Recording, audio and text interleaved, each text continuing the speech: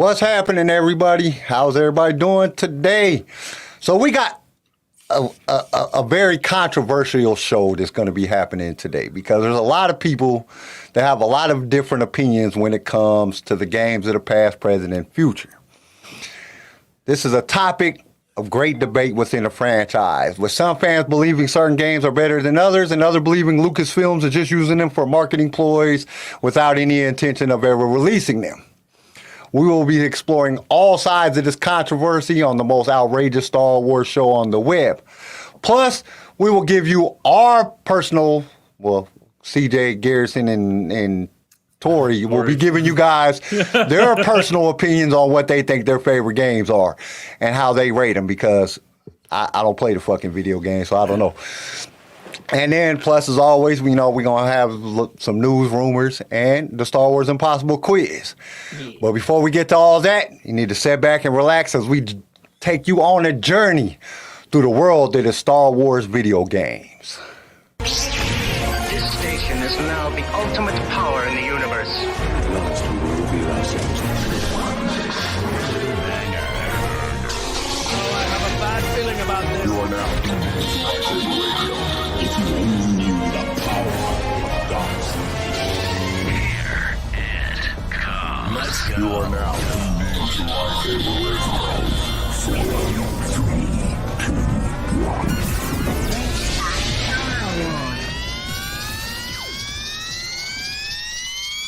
Hello there. Hello there, indeed. Hello there. This is a topic that, is it's one of those topics that I don't know much about. So I'm here today for comic relief. That's all I'm going to be doing. I'm going to be talking a lot of shit. Because CJ and Garrison and Tori know way more about the video games than me. I mean, I went in and I looked up some shit. I got some statistics and some money side and which game outsold which game and came out, so. And what's kid. happened since the mouse took over as god of Star Wars. I looked up some different things because I don't know too much about the video games. Like I said, I don't play video games. So this is up to y'all. This is y'all's show. And I've been avoiding this show because I didn't have nothing to talk about, and I was like, I kind of feel left out here. But you know what I'm saying? It had to get done.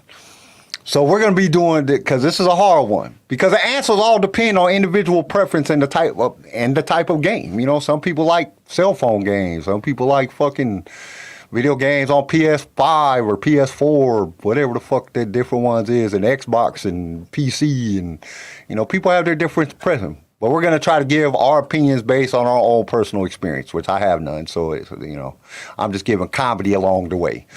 It should be a lot of fun.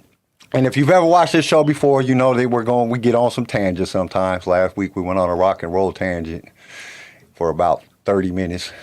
But we came back to Star Wars. Oh, we did. That was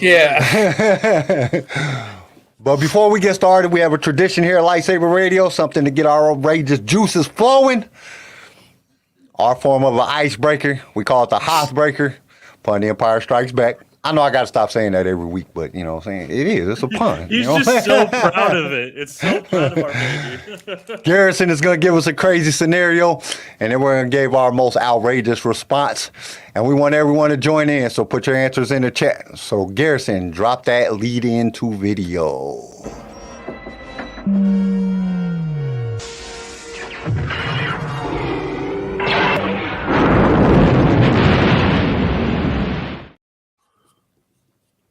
Yeah, Chris, I've watched some of them. All right.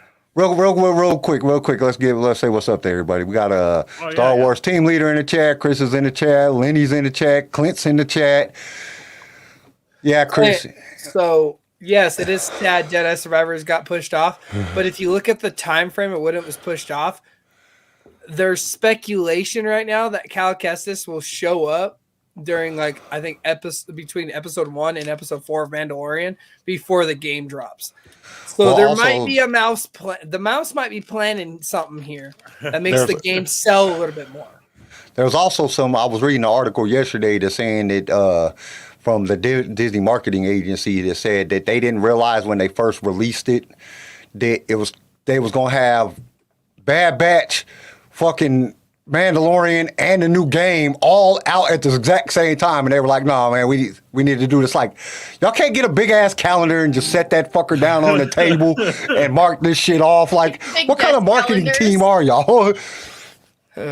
Like, how hard is it to say, okay, we're dropping this on this day, and it's this many episodes, and we're doing this on this time, and the game is coming out on this time? Because they know for a fact that the game is going to take up. I mean, it's been so long since a new, other than Lego Star Wars game has came out, something like this.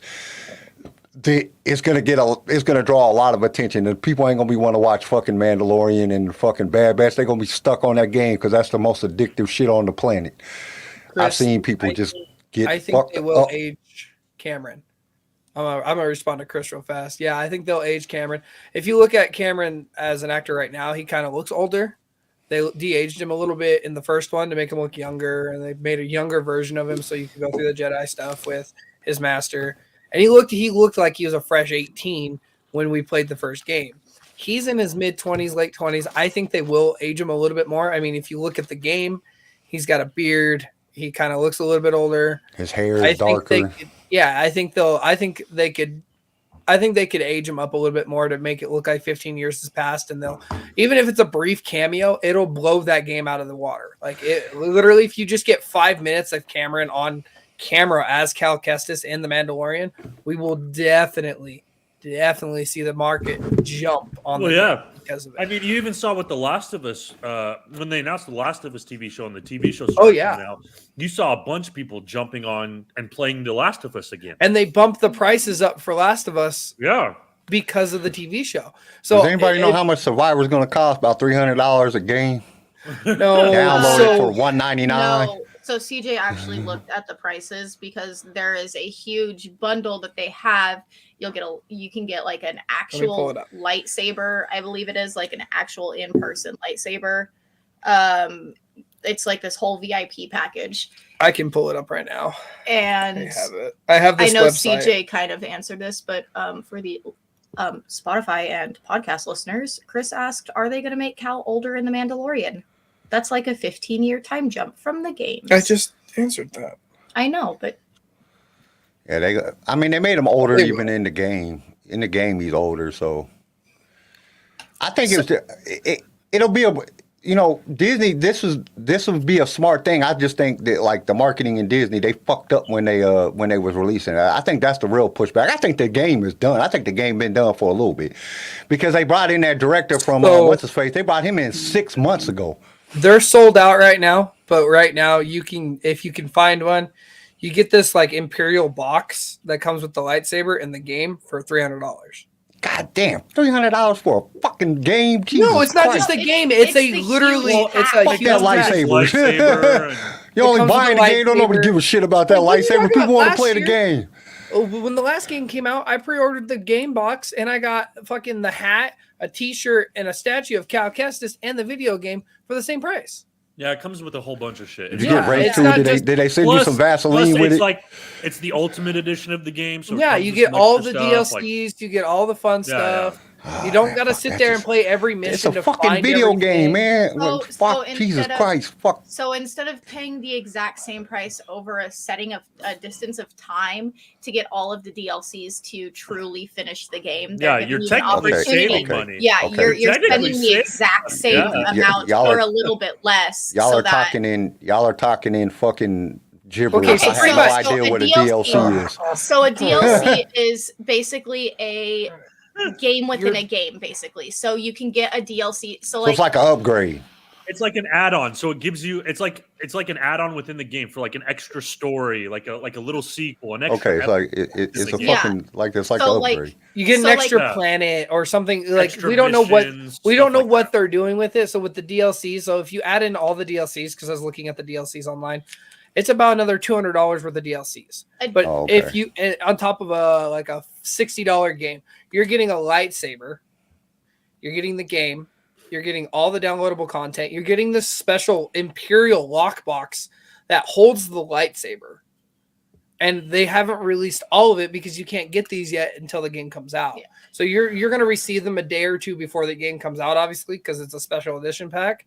See, Lenny just Yeah, said it. Downloadable content. Yeah, so I was actually going to say they that. explain everything. It's new shit, new content. I was actually going to say that DLC stands for downloadable content. So like with the Lego Star Wars, the Skywalker saga, we have all of the DLCs. It's all of the different character packs. So all of the Mandalorian characters, all of the Bad Batch Obi-Wan, characters, the Boba Andor. Fett, all of the characters are downloadable, but only if you pay to get the extra as it comes out. So when Ahsoka comes out, there's going to be another DLC for Lego Star Wars where you can get all of the characters from Ahsoka. This whole episode is going to be Kyle as Abe Simpson shaking his fist at the sky saying, "You damn kids and you Nintendos!" Okay, Chris. I don't fucking, like I said, the last time I played a video game was probably fucking PS2. Like, I don't even think I've ever even owned a Star Wars video game. Last time Kyle played a video game. But I did. I do go on YouTube and watch the fucking movies that people make about the fucking games, because that shit is kind of awesome. Oh, the play with me's. Yeah, well, not even the play with me's, like the fucking when they like make the fucking movies out of them. He's talking about the cutscenes. Oh, yeah, that shit is kind of like with Malgus and all them in the different shit. That's just kind of cool. I like watching that shit. I watch it with my son, so I mean I know a little bit, but I don't know about all this downloadable characters and fucking like only reason I know about fucking characters that really don't have no fucking purpose and they always say the same shit and do the same shit is because I watch fucking what's that movie with it just came out not too long ago with Ryan Reynolds in it. Player One or oh no, it's Free Guy. Yeah, Free Guy. Non-player character or non-personal character or whatever. That's the only reason I know that shit because I watched that movie. Yeah. NPC, non-playable character. Yeah, that's the only reason I know what that shit's saying for because I seen that movie. All right, Garrison, we got a housebreaker. What do we got? My heartbreaker. Thank you, Tori, for explaining it to me. Comes a little bit with a little bit of news. So the upcoming Ubisoft game. A little bit of leaked information has announced that you will be able to create your own character. And at the beginning, you can choose to be a Jedi or Sith. And that will set you on your path and change the entirety of the game. So I wanted to ask you guys, if you get the game, your first playthrough, what are you going to do? Are you going to be Jedi, Sith? How are you envisioning your game experience? I feel like we already know my answer is going to be. Can I be a Mandalorian Sith Lord that fucking got Beskar and like super dope at lightsaber fucking combat and can kill everything? All I know at this that's a little too OP, Kyle. Is you can be a Jedi or Sith, but like so that's all we know. I feel like it'll progress throughout. Yeah, that's an answer. Well, I feel like it'll progress throughout time. I'm going to state this real fast. I feel like it'll progress and you'll be able to choose different characters other than Jedi and Sith. Because not everybody wants to be a Jedi or Sith. People wouldn't mind being a bounty hunter. Some people wouldn't mind being a smuggler. All these fun stuff. But is it going to be honestly, I'd be a Jedi. Do y'all think it's going to be a like fucking, what is that? What's the one where you can just run around killing cops and shit? What is that one? Grand Theft Auto? Grand Theft Auto. Do you think it's going to be like that where you can have sex in it and shit? I might as well just say I want to be a Sith and bang some chicks bang a bunch of aliens. Let's go to Lethal. So I might as well just, all the information that we have so far. First, Ubisoft posted on Twitter, one of the Ubisoft directors, he said 2023 is going to be a big year for us. And then post a picture of the Star Wars Ubisoft game. Did you say 2027? 2023. Oh, I was about to say, Jesus Christ, we got to wait. So that shit ain't ever coming out. That could either mean it's coming out. That could either mean it's coming out in 2023 or they're doing the building in 2023 and it comes out early 2024. There'll be seamless transition between planets. So it's completely open world. You can go to different planets, different galaxies, and it's going to be completely open and seamless. So that is a good sign. You should be able to fly your spaceship in between planets, experience the full Star Wars galaxy. There's going to be a new set of characters as well as a few old characters that we already know. We're going to be able to create our own Jedi or Sith. That's all the character information I know so far, but that will affect your game, whether you're a Jedi or Sith. And so that's kind of all the information we have about the game at this point. I would just love to be a Jedi and run around and just grab Jawas, evil ass Jawas, and spin them around in circles, No, throw them. I think I would be like Chris. Now, do we know if I would be a Jedi who just kind of makes maybe a few Sith decisions here and there. Oh, so you're gonna can be you Anakin. like, do we know if like, because I don't know a lot about the games, are we gonna like, is it gonna be, you know what I'm saying, PS5 or Xbox? PS5, yep. It's going to be. It's also supposed to have a really good story along with it. So it's gonna be just a PS5 game. It's not gonna be on Xbox or. Oh, it's It's definitely going to be on Ubisoft? Xbox. It's going to be all the new Ubisoft. and stuff. The Yeah. Microsoft Oh yeah, product. Ubisoft is Microsoft, so it'll be They'll have a for the PC version of Xbox. it Yes, and it'll probably Xbox. be So PC. they'll be on everything because Eventually, Microsoft yeah. is putting it out then. Yeah, Yeah. especially Coming out on it. Because like especially 'cause EA, I know EA puts them out for everything, but I didn't know if there was No, like no, fucking it's certain coming out on contracts with It's- certain different. especially because even with all of the older games, when they would come out with like some of the old games for the PS2, it wasn't they went back years later and was like, okay, well you can have it for the PS2, but you can also have it for the Wii, for the GameCube, for the Xbox. You can have it for the Xbox 360, the Xbox One. They started coming out as the new consoles was coming out, and they were redoing the games and kind of cross-platforming them so that you could still use some of these old games with your newer consoles. There's been a couple of them that the servers have been shut down, so you can't play them online anymore. But there are a few games that you still can play, like Knights of the Old Republic. I believe I could still throw into my computer and play that on my computer. But there are some of them that are just completely shut down. You can't play them at all anymore. So I am very excited. Based off the information that we have, my hopes are getting so high right now. I hope it happens. I hope it's very much like GTA, where you could either get on story mode and play a whole storyline, or you can get online and run around with a group of Jedis and just start taking over planets. Would you take over planets if you were a Jedi? I think that's opposite. Oh, I I'd go had a little question less for y'all. GTA. I have a question for y'all. Oh, yeah. And this is kind of, I mean, this is off topic, everybody, but this is a serious question. It has to do with the Bad Batch. How the fuck did Gungi, or however the fuck you say his name, how do you learn how to speak Shriwook if he was raised in a Jedi temple? Because that's his natural language. But you don't. That's you a don't. fantastic point. Like I was watching it again because I always watch them like 5-6 times, look for Easter eggs, shit like that. And I was like, how the hell did this dude learn fucking Shriwook if there's no other Wookiee Jedis at this time, and he is inside the Jedi temple, taken from his planet when he was a baby? So who the hell taught him Shriwook? The other Wookiees? Can Wookiees speak? Yeah, No. they know the language is called Shriwook. No, can But- they speak English? Is what I'm saying. I mean, I'm sure that there's been a couple of them that's learned. Do they even have the ability to speak English? I don't know. I ain't never heard one speak English, but I do. I'm just like, dude, how would you know how to speak a language that you was never taught?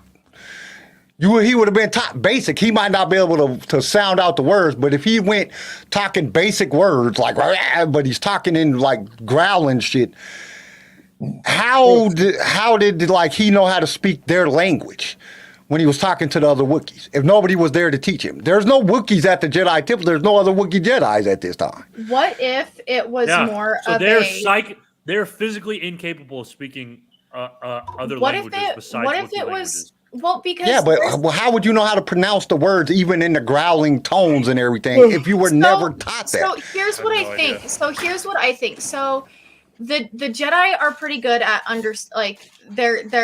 they're kind of universal with their language. They can speak a lot of different languages. We see it with, Obi-Wan being able to go to these other planets and understand them. Yeah, there's a couple of them that, they need 3PO to help them on. But I think it was more of the Jedi teaching them. Like it was more of this is your language. Let's not go away from your people, because that's not what we're about. We're about more of teaching you our religion. I don't think it was like when this is a little controversial, haha. I don't think it was like when the, Christians and the Catholics all came over to the US and started, schooling all of the natives and saying, you speak English or you die, basically. I think it was more of this is who you are. This is your people. We want to keep your people safe to you, You mean and like happy you to speak you. Spanish or you die? Yeah. Or like it was more of that. Like you were still taught your language, so that when you did go to that place, you could talk to them, but you were because they do. Like Yoda had no issue understanding Gunji, nobody else did, but the Bad Batch didn't understand Shiri Wookiee, except yeah, whatever. Understand the Wookiees until Tech put his visor down. It was translating, except Hunter. Yeah, Hunter was okay with it. Like it was more of a basic understanding of the language, but not but it was more of like small conversational, not fluent enough to hold a conversation. I was just wondering because I was like, dude, this fucker is just speaking that shit perfectly. I'm like, dude, but in fact, it did bring up a pretty good point. You do have the Jedi archive, so he could have just went down there and learned learned it, and it just probably made more sense because that's his natural. You can get on Etsy and get Gungi's lightsaber for $78. I'm not fucking playing. Like, look at this price tag on that lightsaber. I'm game. It looks like $77. Is that what it said? Yeah, $77 and 64 cents plus shipping and handling. Awesome. Chris says Athens was a prime example of what happens when you put out an unfinished shit game. Oh. Is that why they do the downloadable shit? Is because the game's just like crappy and they're constantly trying to make it better? Kind of. So what they'll do is they'll have like a mass update. So like prime example, Call of Duty. Call of Duty, if the game isn't going well and people are complaining and they, Microsoft or Ubisoft is getting call after call after call or email after email, they'll do a mass download where your Xbox will be like, hey, you got to update this game. And then a bunch of shit changes. Oh, okay. And they do they'll do a mass update to a point where it just fixes the bugs and the glitches. It'll get rid of the guns that are too OP. Like it's really just, it's up to the creators and the company itself to do that. Anthem is probably the worst fucking game I've ever played in my life. What's Anthem? I don't think I've even played Anthem. So Anthem was kind of it was kind of like a crap. Now the game just went out of my head.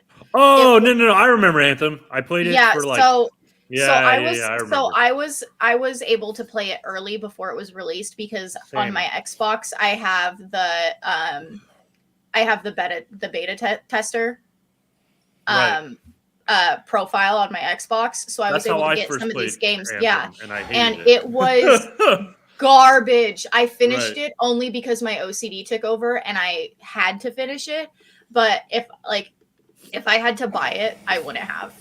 Yeah. Anthem or if I did, or Iron Man simulator. Yeah, kind of. Yeah, everybody's like in suits and it was weird. I didn't like it. It's kind of like kind of like Halo, but not. Like it's a fantasy Halo. It's literally all I've got to say is what the fuck is Halo? Halo, oh my God. You're fucking shitting. You gotta be fucking with me. Fuck, I don't know what Halo is. Why the fuck would I know it? There's no way. It's not for it. Fuck this.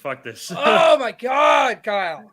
I don't play video games. Go sit I don't have time. Go sit in your room and hang out with him. Like literally, like this is my extent. Like the actual sit down play, with a controller, PS2. I do have a Wii. I play bowling on that shit and like some of the different games on that shit. But other than that, I have no idea what the fuck like when people be like, other than watching on YouTube, like the Force Unleashed game, or the only reason I know about any of them is from watching shit on YouTube. I have never played any of these games, ever. I have never even played a Star Wars video game on my phone, ever. I don't play games on my phone. I don't play any type of video games. Because I'll tell you exactly what happened. Okay. Me and the homies was sitting at the house. We was playing like NBA Live, like the very first one on PS2. Yeah. And we were all betting and shit, and we were sitting there and just having a good time, drinking, smoking, doing what we do. And like for like an entire weekend, we just stayed in the house and played this fucking video game. And I was like, dude, you know how much time I wasted on this shit? You know what I'm saying? Like, you know how much money I could have made in them 2 days if I was just, you know what I'm saying, doing other shit. And I didn't ever, I gave the PS2 that I had, I gave it to my oldest son, and I've never played the video game again. And the only reason we played the Wii is because I had to play with my kids. Well, if you ever want to just go hang out with your son and ask him questions, he'll probably give you the same reaction that we just gave you about Halo. What do you mean you don't know who the fuck Halo is? I don't know what. That's honestly. I mean, I probably heard the name, but I thought Halo was the song by fucking Beyonce. That's Adele. No, it is. No. Oh no, it is. No, what you should have been doing, like we should have given you homework to spend as much time with your son, just drilling him and asking him questions, being like, "Hey, I need you to prep me for this episode." Like I know, like I looked up like all the I have like shit written down here, like all the Star Wars games that was canceled. It was supposed to come out, which there's a shit ton. They were supposed to come out. That's been announced over the last 15 years that never came out. And I only went back 15 years because there was a lot. I got like 2 things of that. I got the game statistics by money and by downloads and by what's the most popular game by money spent, like statistic wise. And then like all the up and coming Star Wars games that has been announced and is supposed to be, and I'm doing air quotes here, supposed to be in production at this time. Will they ever come out? We don't know because they shit can a lot of games. And I'm one of those people that I believe that Lucasfilms uses it as a marketing ploys. They come out with these games, get everybody excited, and then they don't ever drop the game. They come out with a new TV show or a movie or something because they use it for marketing. Because compared to the games that we have, this came out about Star Wars, compared to the games that's been canceled, there is I only labeled out like 30. But dude, there was like 25 pages of games that have been announced by Lucasfilms that never came out. With 500 fucking games on every page. Like, holy shit. Like, this is a lot. So I just got like the ones that I have heard of anyway. I just took them ones. Garrison and I were actually talking about this last night. And I started making the list of all of the Star Wars games that have been made and like the year that they were made and what platform they were for. I was up until midnight. Holy and shit, I'm actually there's still so trying. Many. Okay, but I'm still finishing it up right now, so I'll have to post it. But I'm on 2014 now, if that makes any positive. And she started doing this at 8 o'clock. So many games. Yeah, games started. Many games. So the first Star Wars games that was ever released was back in 1982 for the Atari 2600, and it was, of course, The Empire Strikes Back. Yeah. But I'm talking about like games that anybody cared about. Like, I don't think anybody played that shit. I had fucking all the Ataris. I ain't never played that shit. I played it. I still have it. So I actually have an Atari with all, and I thank my mom for this. I actually have 2 Ataris. Oh, I lied, y'all. I lied. Kick your ass at Pong. I lied. I have 2 Fucking Ataris. bring it. I have 2 Ataris. Thank you to my mother. I'm sorry, y'all. I lied. I have played a Star Wars video game at the arcade. I told you. I fucking told you, Garrison. We was at Dave and Buster's, and I played a Star Wars video game there. It was a pod racing game that you had to set in and shit. I'm not even kidding you. So we went to, it's I called forgot Jeremy's about that. Arcade. It's called Jeremy's Arcade, and it's downtown Nampa here. And we went for like his best friend's birthday, and it was a surprise birthday at this arcade. We're all adults, I promise you. And I spent the entire time on Star Wars pinball. I am not kidding. She played it so much it broke. I hate pinball. How do you do that? She played it so much it fucking broke. Like, they had to unplug it. Like No way. CJ went to go play it and it just stopped working on him. And I was like, it's because you pushed me out of the way. Like, it knows who its true master is. Right.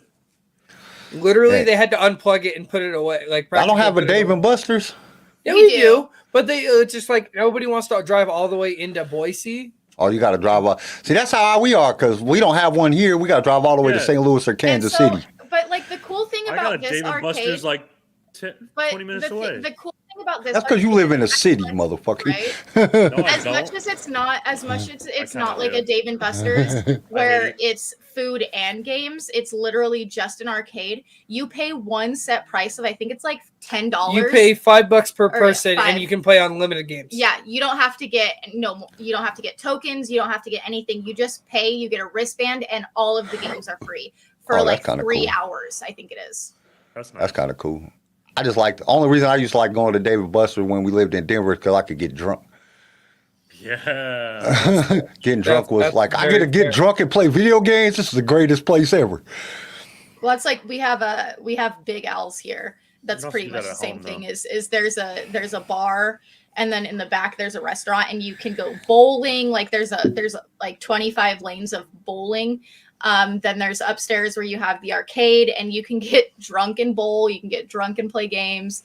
They have the sports bar that has these huge TVs covering every inch of the wall, so you can see any game. Y'all wanna hear that's, something ever crazy? existed. Let me tell y'all some crazy shit. So Thursday was it was Thursday at work. I'm driving the truck. I got two guys on the back. They're throwing in trash. We pull up to this house and there's a TV sitting outside, like a box for a TV, right? We throw away boxes for TV all the time. We go to throw this box away. The TV is in the box. Like the everything is in the box like it's never been open. Like they just like cut the tape on the top of the box and looked at it and then shut it back and put it outside. My partner, one of the guys on the back of the truck, he takes it home. It's like a $3,000 TV and the motherfucker works perfectly. The shit is just glass. Like, it's just glass. Like, there's this little bitty strip at the bottom. It's a Sony Bravia or some fucking 8K TV, and they just threw the shit away. That's sick. A 65-inch fucking, this TV is dope as shit, and they just threw the shit away. Like, what the fuck? Like, And you missed out on a good TV. I was just gonna say, Kyle. I got an thought 86-inch downstairs, and then I have my projector, so I don't need another TV. Damn, son. 86? Yeah, I got an 86. I just bought that motherfucker. we were That's gonna buy a new huge. TV, but then I reminded CJ that I have a projector, and he's like, a projector? I was like, when I lived with my sister, we had like 4 TVs, and I had a projector that was mounted behind me on my behind my couch, and I would just lay down and I would play games on this projector. And he's like, the quality must have been kind of shit. And I was like, no, it was surprisingly good. Like I would watch. Oh, my shit is 4K. I have a 4K projector. Oh yeah, it was Right. amazing. It was one of the expensive ones, and then I got it. I'm just fucking lazy and I ain't got time to do shit because I was going to hang it up here so it could project like the movies or whatever TV show we were talking about in the background. Damn. But then I just haven't ever done it. It's still in a box. I haven't ever did it. Wouldn't that be a copyright though? If you had No, thing he's playing in blocking the a I'm majority blocking of it. I'm blocking that's part fair. of it. So, you know what I'm saying? We might get a copyright, but fuck, we don't know Phantom until we Menace try. starring Kyle McDaniel. But I can like just, you can do all kind of shit because you can just hook it. Like I can hook that bitch right up to the computer and just let the fucking computer project shit off of it on the back wall. It would be so. Because they won't let you do Kyle- video on the green screen. That shit is stupid. That's the only thing I don't like about StreamYard is they won't let you do video. Like Restream will Kyle- let you do video, but Kyle would like, be their shit is projecting like the movie in the background. I'd be like, wait, Kyle, look at big ass head. It's good part. Move. I don't know. Just video game. Like I don't know like a lot about video games. I mean, my thing has always been, you know what I'm saying? Like, I don't have time. It's just like hanging a projector. I just ain't got time. I'm so fucking busy doing shit all the damn time. I don't have time. Like, dude, it's been so long since I even created any new memes or anything because I just haven't had time. That's the thing that sucks. I just don't have time to do shit. It's like so much. I got so much shit I'm fucking doing. And then I'm helping other people with their podcasts and all that shit. So it's like, fuck, man, I don't have time to do shit. I don't ever have time. My wife be mad at me all the time. We were supposed to go out to dinner the other night. I didn't have time. I couldn't go. You know what I'm saying? So, it's like, Kyle, if you play no other game, I know how much you like Revan. You need to get the Old Republic. It's a computer game, but the Old Republic did come out with a game called Shadow of Revan. Yeah, but it's also like the game is like that's on my top 10 list. But as good as the game is, the combat is just It's a little not rough. fun. It's not fun. It's a Not little fun rough. at all. I don't know, watching some of the video games like on YouTube and shit, like, and seeing what like some of the games can do like Fallen Order and shit. Like, holy fuck, man, this shit looks damn near real and shit. You know what I'm saying? Garrison, were you a Club Penguin kid? No. Oh, so I'm sitting here, I'm going through the list, and I was like, oh, depression. And CJ's like, what? And I'm typing it in, and he looks over and he's like, Club Penguin Star Wars Takeover. That's on your top 10? No, it's just on my list of all. But Lego is on my top 10, like all of the Legos, because I love all of the Legos. I have every single I have Lego. 2 Legos in my top 10. I have I don't think you understand my love of Lego. I have every Lego game made. Like all of them. If it was Lego Marvel, Lego Harry Potter, Lego Star Wars, I have all of the different games that were branched off of them. Oh, you got to get off the show. You said the wrong word. We're anti Harry Potter here. Yes, we are. No, I don't. You got a Harry Potter tattoo. That new Harry Potter game looks kind of cool. It does. Fuck Harry Potter. I like one of these days. I'm actually gonna sit down and rewatch that shit because the first time I watched it, I was like, "What is this garbage? This is Star Wars with fucking knock off Star Wars." Read the books first. Okay. We'll wait till we get the news for that. No, it's bad. There's some. Chris said, "Kyle, get the Xbox, get Game Pass, $15 a month, and you can play hundreds of the best games out there. Yep. Perfect for first time have- gamers." I think my son already has that Xbox Pass shit. I think he already does if you that. get EA Play with it, you get all the Star Wars games you can play. Yep. And CJ actually threw a fit the other day because I put Lego Star Wars, the Skywalker Saga, on my Xbox.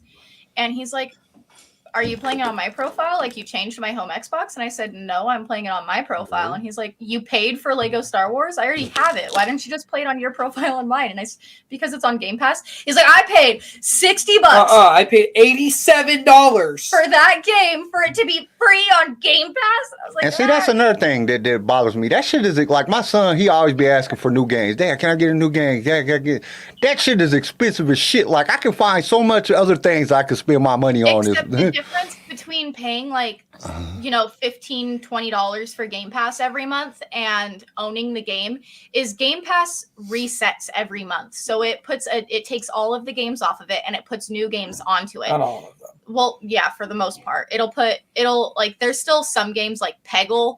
Peggle will always stay on Game Pass.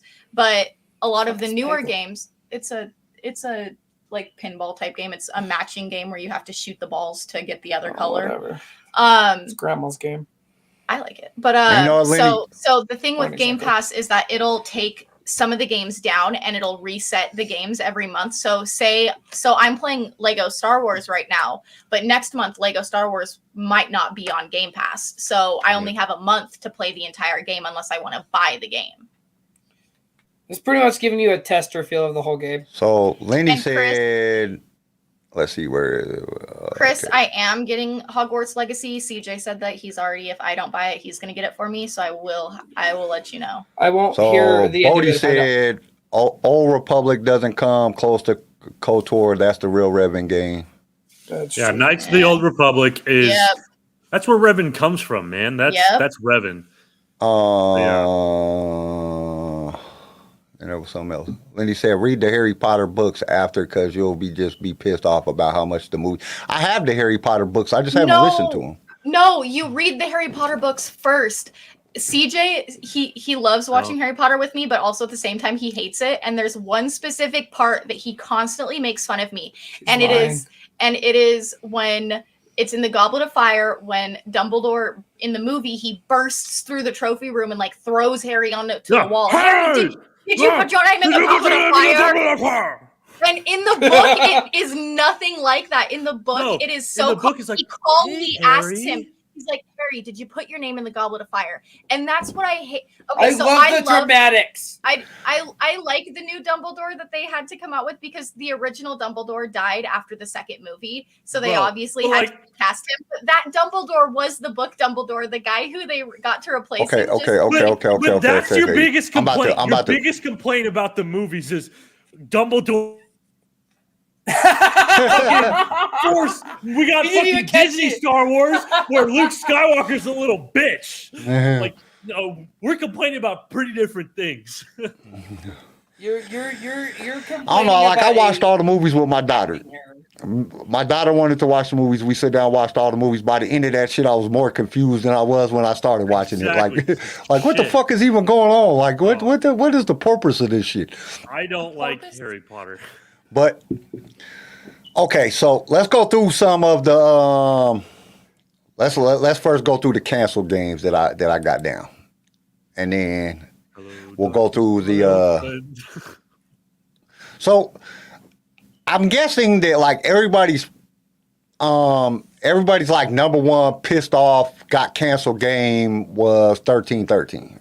Yes. Because everybody that I seen online was so pissed off that game never came out.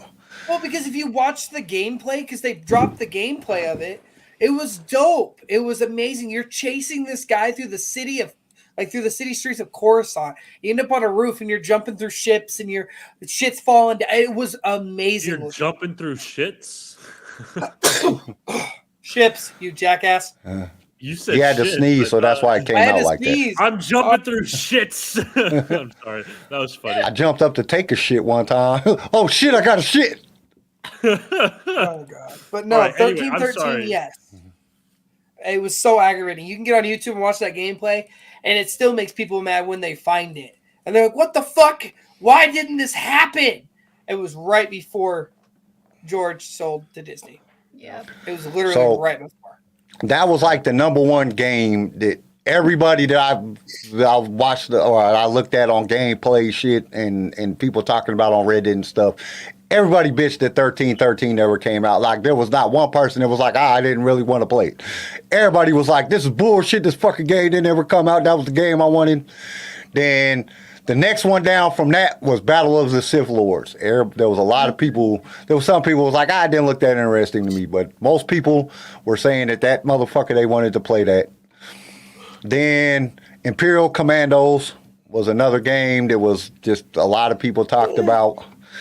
And I don't know if that was the second one or the third one or whatever, because it seemed like there was one that was on the list of the fucking games that did come out. Commandos. The first one was Republic Commandos. Yeah, and that one was a fantastic That one's in game, my by top the way. 10. It is in the top 10.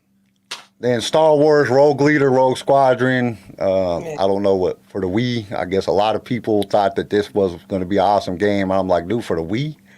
Like, I don't know. Project Hermes Super Bombad Racing 2. A lot of people talked about that. Super Bombad Racing. Yeah, so it was. There was the first one. It was Super Bombad Racing. It was like Jar Jar, and it was this huge racing game on Naboo. I was not Super Bombad Racing sounds like we were racing in Bangladesh, and it was. I don't know, but a lot of people said that, and it was side storyline. And it was like it had, statistically wise, it had the most. The sixth most complaints out of all of them, or fifth most complaints. Star Wars First Assault, that was another one that got a lot. It was rated number 5 statistically as one of the games that people wanted to come out. And I'm like looking at it and what little bit of stuff that they had about it. It was supposed to be for Xbox 360 and PS3. It looked pretty good. I don't know. I wouldn't mind playing that shit. Then I don't know why people bitched about this shit at all. Like, cause just looking at it just looked retarded and shit. Ewok Adventures. Damn. Like, who the fuck's complaining about a game about Ewoks? But a lot of people bitched that this game didn't come out. Me, motherfucker. Like, I'm just looking at it like, good call. I would have canceled that it one looked too. terrible. Oh yeah, I would have shit canned that immediately. Star Wars Attack Squadron. That was like another one that people bitched at, and I'm looking at it. Project Ragtag. A lot of people bitched about that shit statistically. There was like 3 billion fucking complaints on that shit. Like, and I'm like, I don't even understand what this game is supposed to be about. Wow. It's supposed to be a third-person action game. And then Star Wars Battlefront 3. A lot of people bitched about Star Wars Battlefront 3. God, do you remember that? Like 9 billion complaints. I was never more excited for a game in my entire life. Not only did they do when it I heard once, about Battlefront 3. Not only did they do it once, they did that shit twice to us. Yes. They did not give it to us for the PlayStation 2 and the Xbox. Or the Xbox 360. Yep. But they did it again with the Xbox One and the PlayStation 4. Don't you do that to me. Bro, On game no, front Kyle, statistics. you have no idea. Like, me and my friends honestly believe this was going to be the Jesus Christ of games. Yes, we it thought was this was the supposed to be. Messiah of games, Kyle. Like, They what was talked it- advertised? Yeah, and they the talked it art? up So, so much. overall- Oh my God! Now let me explain it. On game front statistics, this motherfucker had 9 billion complaints. There's only 7 billion people on the fucking planet. So how many people was complaining just multiple times to get 9 billion? That's true. It says 9 billion, 365 million. I ain't even naming all that shit. I'm just too many damn numbers. This Complaints on impacted this shit. generations, Kyle. This game was prophesied about. And that's the top 10. That was the top 10 complaints of the top 10 games that people complained about on statistics. Statistically wise, that was the top 10 highest complaint movies of all time. I mean, of video games of all time. Understandable. More people complained about Battlefront 3 holds a record. It's the number 1 out of every video game ever. Easy. Number 2 was 1313. And 1313 had like 5 billion complaints. But fucking Battlefront 3, over 9 billion complaints. Just They crazy. that's a lot of fucking complaints. Yeah. A lot. Then, so if we want to look at sales on games, what was the highest selling game of all times? Highest selling Star Wars game? I'm gonna guess the Battlefront 1. You think Battlefront 1? I don't know. I gotta Or pull maybe up like that. Yeah, I would. I think so. I gotta pull up the. Just because that one was Okay. like the most Battlefront 1 or 2, I think. Let's see here. Maybe Force. Okay. Or maybe Fallen Order. Nope. Lego Star Wars: The Complete Saga. So Oh, fucking idiot, of course. 15.33 million Oh. fucking copies and downloads. You said the Complete Saga? The Complete Saga. That's in my top 10. That game was golden. Oh my God. 15.33 million copies and downloads. That's a shit ton of fucking 15 million. Oh, like shit, that's a lot. Number 2 was Star Wars Battlefront. It sold 14 million. I knew that was going to be up there. 14 million copies was sold of that. Star Wars Battlefront 2 sold 10 million copies, 10.5 million copies. Which one though? Are we talking about the original PlayStation 2 or the new Xbox One version? Says Star Wars Battlefront 2. Let me see year? what I put down Yeah, on what here. year? 2015. Yeah, so the new one. I knew it. Yeah, because the old one was objectively better, I think. But it was more of a games have free grown play. since then. Games have grown since then. Like, so it's, you know what I mean? Number 4 was Jedi Fallen Order. It sold 10 million copies. And it was the one and then number 6 was Force Unleashed. It sold 9.41 million copies. Yep, And that makes then Lego Star Wars, the original trilogy, 8.2 million. Makes sense. Lego Star Wars 3, The Clone Wars, 7.33 million copies. And then Lego Star Wars, the video game, sold 6.7 million copies. Lego's killing it on their games. Bro, Well- Lego is. Well, and with this new one, it's open world. You can go anywhere on free play. You can go to any planet you have unlocked, which is like 30 planets, and mess around throughout the whole planet. So it's Number pretty cool. 2, or the next one was Star Wars Episode 3, Revenge of the Sith, sold 5.58 million copies.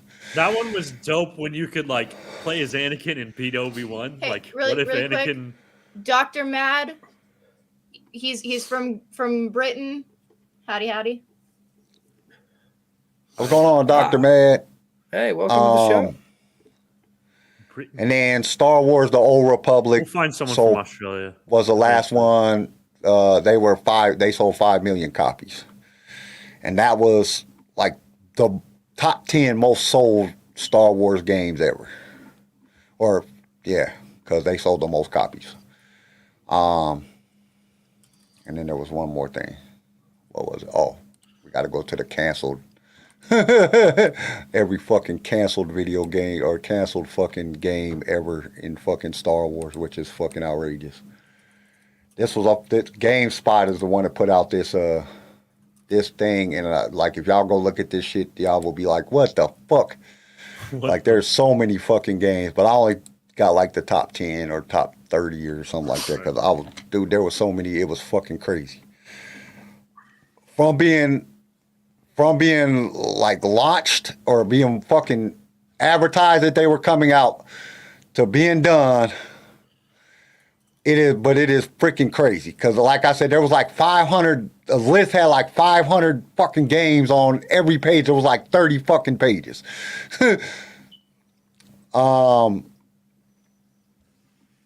So, like there's a lot. There is a freaking lot. So, Bit Reactor was a Star Wars strategy game that was supposed to come out. It hasn't came out. Never. Respawn, Star Wars, they never come out. It was supposed to be highly. We got Star Wars Eclipses on the list because they don't believe it's coming out. Someday, I have hope. God damn. I just can't believe you'd put all that effort into making such an awesome opening scene. That trailer is dope. That's one of the dopest trailers I've ever seen for anything Star Wars. It was incredible, man. The Knights of the Old Republic remake that they didn't ever do. Star Wars Hunter.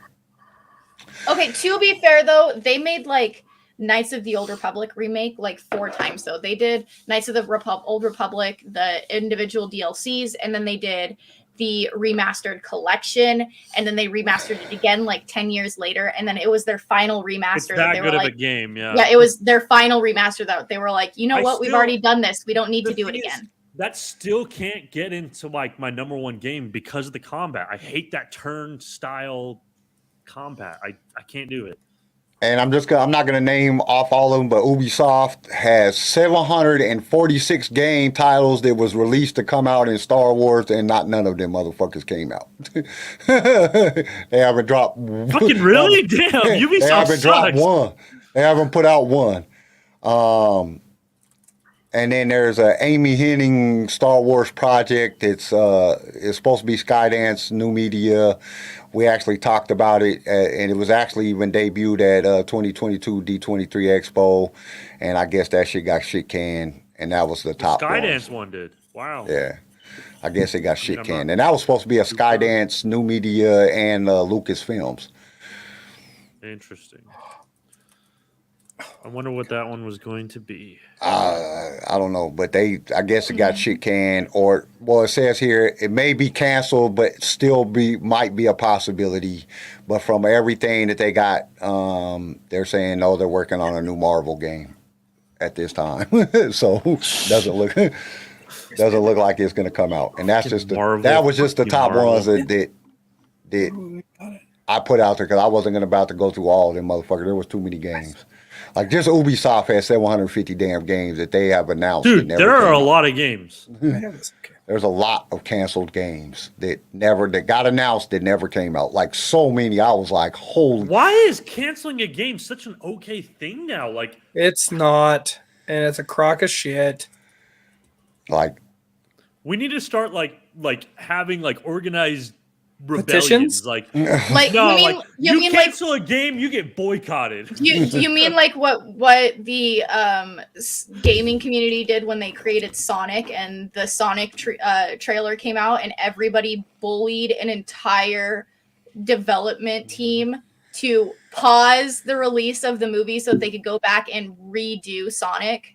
Wait, really? Yeah, so when Sonic the first movie came out, Sonic had like realistic eyeballs, his shoes were a different color, like it looked nothing like Sonic. And I was pissed. And there was a lot of other people in the Sonic in the old gaming universe that was also pissed, and we collectively bullied the entire Who would have thought department. realistic eyeballs would be the deal breaker for you guys? No, it was the No, fact it that was he looked like a garbage real looking. hedgehog that can stand on his own feet and wear shoes and talk. He Oh, yeah, looked that's like They- garbage. They Don't do bullied. that. They That's bullied it. fucking Oh, yeah. stupid. And I'm proud to admit that I was part of that cyberbullying. That He's like, I'm got proud to Sonic, be an American where I Sonic- cyberbullied a right. giant An corporation. entire corporation and a development and animation team. So they were like, okay, maybe we shouldn't release this right now. Like, let's push back the movie release so that we can fix this. They So bullied, Dr. like Mad literally. Studio said, I can't name every single Star Wars game I've ever played, but Rogue Squadron on the N64 was my first. I had that one too, I and that was still my have favorite. the cartridge. I have in my storage unit. I'm a nerd. I have every game console that has ever been released, and I have games for all of them. Yeah. What? Yeah. I have You tubs have and tubs. every game console that's ever been Yep. released. Yep. Dreamcast. I have like 30,000 different Game Boys. I have the original. I have the Are Wii. you I have the okay? Wii U. No, I'm not.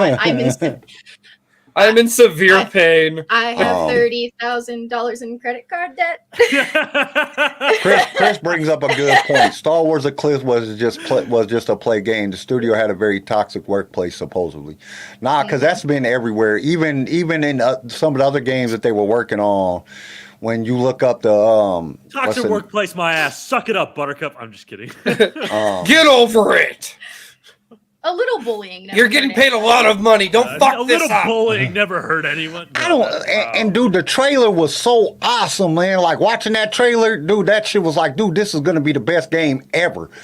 And like, then they just first it was supposed to come out in 2024, then it said 2025. I think it's like 2035 now. Like I'll be dead before this game ever comes out. I just want to see people It's play not this shit. coming out. It's I not won't even play this shit. I'll watch it on YouTube, other people playing it, but I don't think it's ever.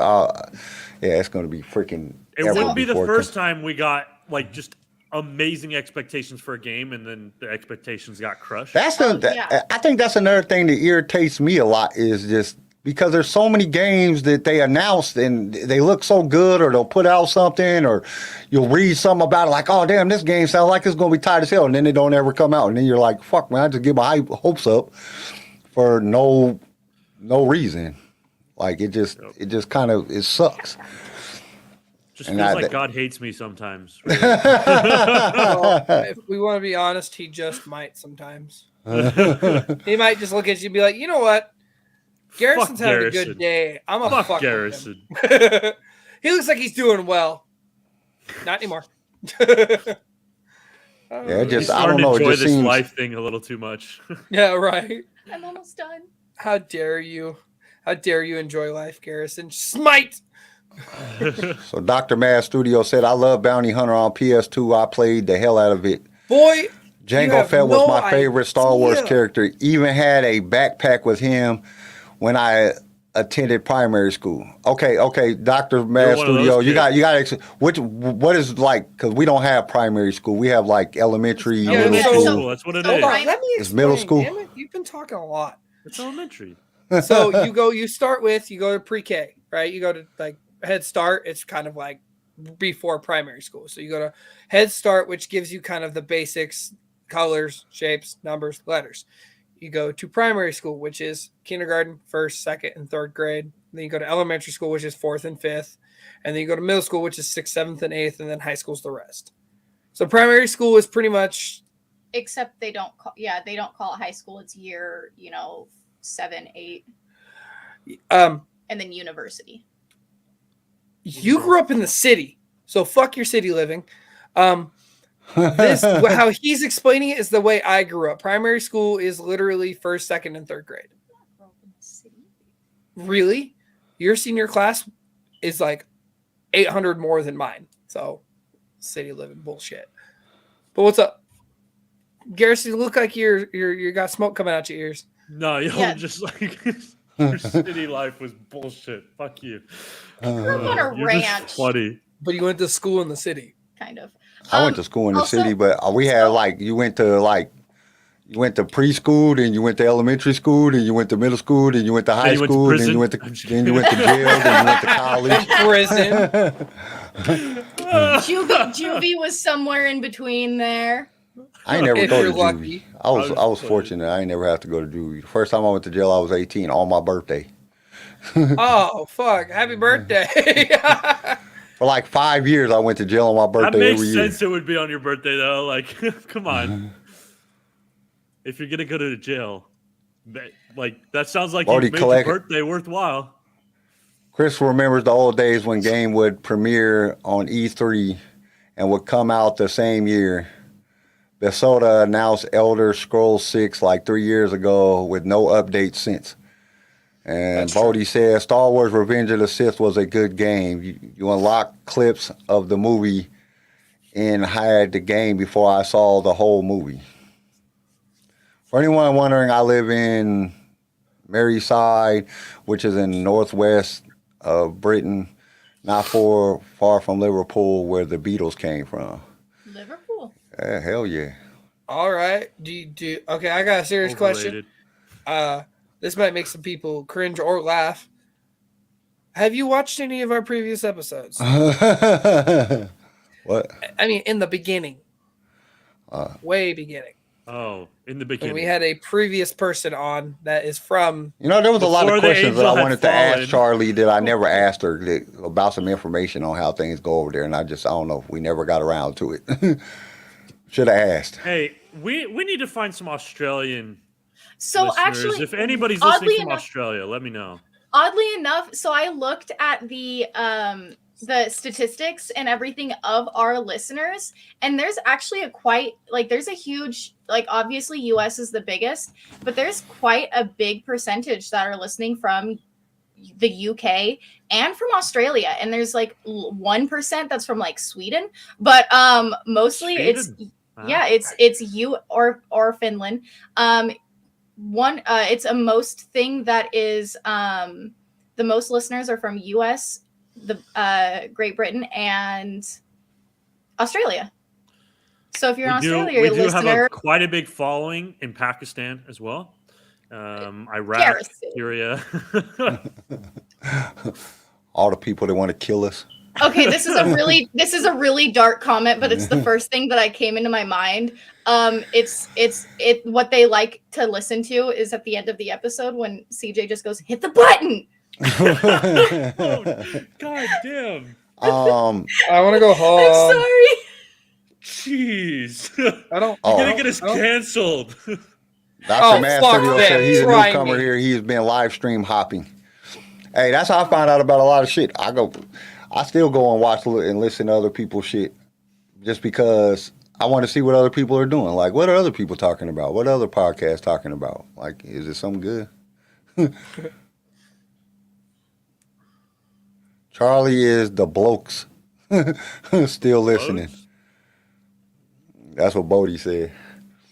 Chris says, I'm in danger. No, it's Charlie. Charlie and the blokes still listens. Charlie and the blokes, the other guys, the friends. No way. I can't listen to that, man. That shit is so boring. It's just too, It's a lot of my group is in the UK, and they watch but never seem to make it to the live shows.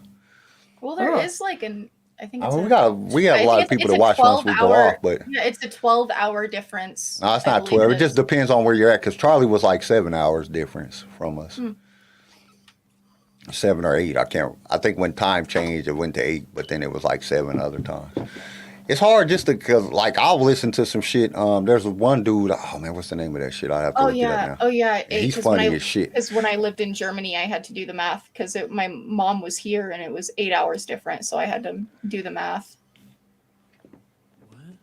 What? I lived in Germany. Why'd you live in Germany? My brother. He was stationed over there. Oh, cool. Ralph from The Simpsons. I'm in danger. LOL. I'm in danger. So okay, let's get to the thing. What is y'all's name off your top 10 Star Wars favorite games going from top to bottom? Garrison, you go first. Wait, number one? My number one No, game? no. Okay, Start No, at you're 10 number and then work 10. your way up, or 5 or wherever. Because you said you had your top 10. So what's your top 10? So for number 10, I had the Battlefront 1. The new one that they had come out with, made by EA. That massive scale battle was I mean, a lot of people didn't like it because it was a disappointment. It was a letdown from what we'd come from Battlefront. And it was 2. so hard to kill people. But if you view it as like a different game, because everyone was expecting, hey, this is Battlefront 2, you know? It's a different game. It's not Battlefront 2. It's completely different. But it's not a bad game on its own. I didn't have a terrible time. Yeah, people are a little bullet spongy. But overall, I still thought it was a fun game. Just a massive, how you could be a TIE fighter. You could be in the flipping AT-AT. You can be in the Falcon. You Oh, can literally, man. you can be on the ground. Yeah, you could be a bunch of the heroes. I didn't mind it. It was still a fun game. So, yeah, it's my number 10. I think it deserves at least some recognition there. What about you, CJ? My number 10? Honestly, my number 10 would have to be KOTOR. KOTOR is number 10. Yeah, well... And I get it. Like, the combat is crap. Yeah, and that's where I'm going with that. Like, the storyline, I love the storyline. I love what it leads into. It ties into... You can see a lot of George's hands inside of this game where he's like, hey, maybe we should try this out. We can do this. I know this is what I was talking about when we were doing this. You can see a lot of George's work. But at the same time, the combat was shit. The animation for the time wasn't bad. I mean, that was top tier animation when the game came out. Yeah. Now, as I play it on my Xbox One, it's kind of like, it's pretty bad. Yeah, it's pretty bad. But it still gives me that nostalgic feeling. I enjoy it. See, and for me, the story brings it up a little bit higher, but I can totally understand. But you got to think, you have Knights of the Old Republic, Knights of the Old Republic 2. You have a lot of these other ones that are on my list. There's a big list of. See, I just kind of accompanied Knights of the Old Republic. I didn't really specify the different ones, so yeah. But there's different ones. I have 3 of them out of those 6 that they've made on my Xbox. So, what's your number 10, babe? Let me go back to my list. Okay, listen, I was writing them all down and I was thinking as I did. So it was I was more of a PC gamer, honestly. PC and the old ones, so like the 64 and all of that. I did like Rogue Squadron 2 for the GameCube though. But that has to be like my 10. It's an old one. Yep. All right. I like it. I enjoy flying around in the X-Wings and the Snow Fighters. You had multiple levels. I enjoyed that one. That one's not in my top 10. That would be maybe number 11 for me. But it was there. It was almost in that top 10 list because I had a GameCube. I remember the commercials they used to have for GameCube where they drop them off buildings and stuff and they'd land. We tried that one time when we were living in Reno. That was the dumbest shit in the world. We should have known that was fake. It's like you see them people that drop their iPhones in the OtterBox case from the top floor of the building, and that shit just explodes. I don't like, know. Yeah, I had my iPhone in a OtterBox for the longest time, and I ran over it. I was working construction. I ran over it with my truck. I ran over it with my backhoe. With like it would fall out when I was in the truck. Like, and I would just roll over, and it was perfectly fine. Now, you know, what? What are you whispering about? He's trying to find my notes. No, documents. There it is. Oh. Never mind. He's trying to find all of the number games. 9. We get to go to number 9? Yeah. I didn't get to say my number 10. I don't What's your fucking number know 'cause 10? I don't play none of them. Yeah, I was gonna say, Kyle doesn't have number you don't 10. have number 10. Flipping Pac-Man. This is Pac-Man version. What? Pong. Number 9, Lego. I had the Lego Star Wars Skywalker Saga, the one that just recently came out. It was great. I just don't think it holds up to the complete saga that came out. I had mine a little bit higher. I had Lego Star Wars Skywalker up a little bit higher. The only thing I hated about it really was the fact that the Lego characters talked. Yeah. Lego characters aren't supposed to talk. I missed the whole like, right? You know what I mean? Like, it was like The Sims with their own language. Like you had the Lego characters that you knew what they were talking about, but you know. But also the Skywalker Saga, because they talked, it had a couple jokes that were pretty good. I love when Jar Jar gets fucked up a lot in the background. Yeah, that's my favorite thing. I gotta be honest, this is like personal opinion, and I like Lego Star Wars, the complete saga came out when I was like the perfect age for Lego Star Wars. Yeah. And I played the shit out of that game now I'm a little bit older. Lego's not my cup of tea anymore. I can still appreciate it, but it's not my favorite. Blasphemy. So that's probably why. That's another reason why the Complete Saga is going to rank a lot higher for me. Okay. My number 9 is Star Wars The Force Unleashed 2. Yeah. It was really? very the poorly, second one. Yeah, my number 9. It was very poorly received. It was very frowned upon. That's what I'm saying. I enjoyed it because it was just a continuation of the first one. I liked some of the controls and mechanics were a bit better, though. Yeah, and there was a lot of improvements, but it wasn't. Everybody threw a fit because it didn't really tie into the first one like they thought that it was supposed to. Right. And the whole cloning a Force user thing, George was experimenting with it. This is another game George had his hands on. He brought in Sam Witwer for all these things that he got a hold of. And I liked it. It was one of my favorite games. I still have both of them on my Xbox. I still play them. I just can't sign into my Xbox account, so I can't save my stuff. But it's still, I give it my number 9. Like I said, I still enjoy it. I like being able to grab the Jawas or the stormtroopers and huck them across the map and not give a shit about their feelings. Like, it was one of my favorite things. Dr. Mad, he says he grew up playing a lot of the early Lego games, like Lego Island and Lego Racers. Mm-hmm. Bro, wow. I wasn't even born when Lego Island came out. Infected actually told us that you can turn the mumble mode on in the options. Really? Oh! Thank you, Infected. I didn't get a chance to go through all of the options that we could do because CJ downloaded it and then was like, hey, here's a controller, play with me. And I was like, okay. But, that's, yes! Cool, I'm glad they gave us that option. What's your number 9? Probably Shadows of the Empire for PC. In 96? Yep. Oh. Yeah, we had very different gaming upbringings, Tori. Yeah, me and Garrison are looking at the PlayStation, Xbox era, okay, and so she's like, here's the computer. thing is no, there's nothing wrong with that. No, there's nothing wrong with that. I am the youngest of 8, and so it's from 2 different. My mom had 4 kids with her ex-husband, and my dad had 3 with his 2 ex-wives.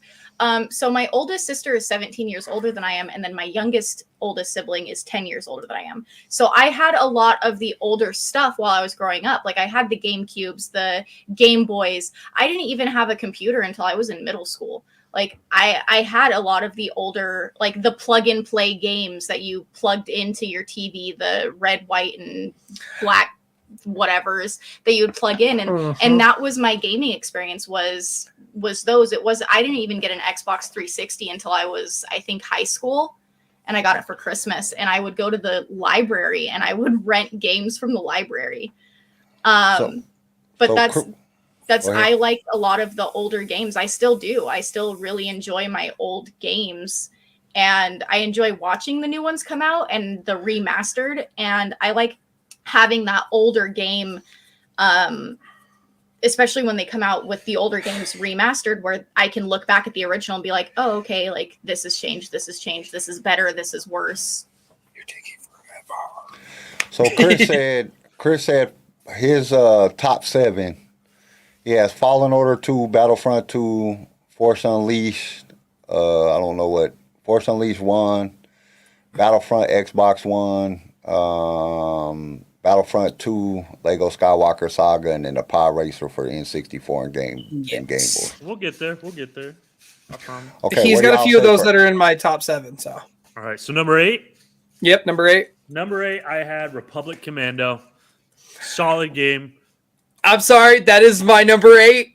Republic Commando. I fucking have it for the Xbox. It is the dopest fucking game ever. Yeah. It's your very first Star Wars game that you're first person in.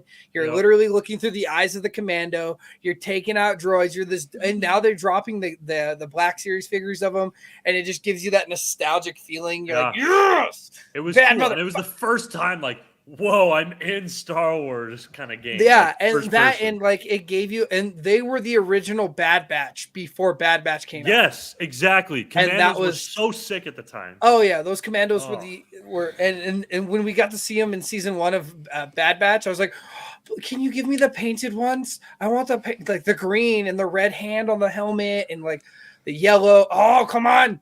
Like, I was so stoked when I saw these.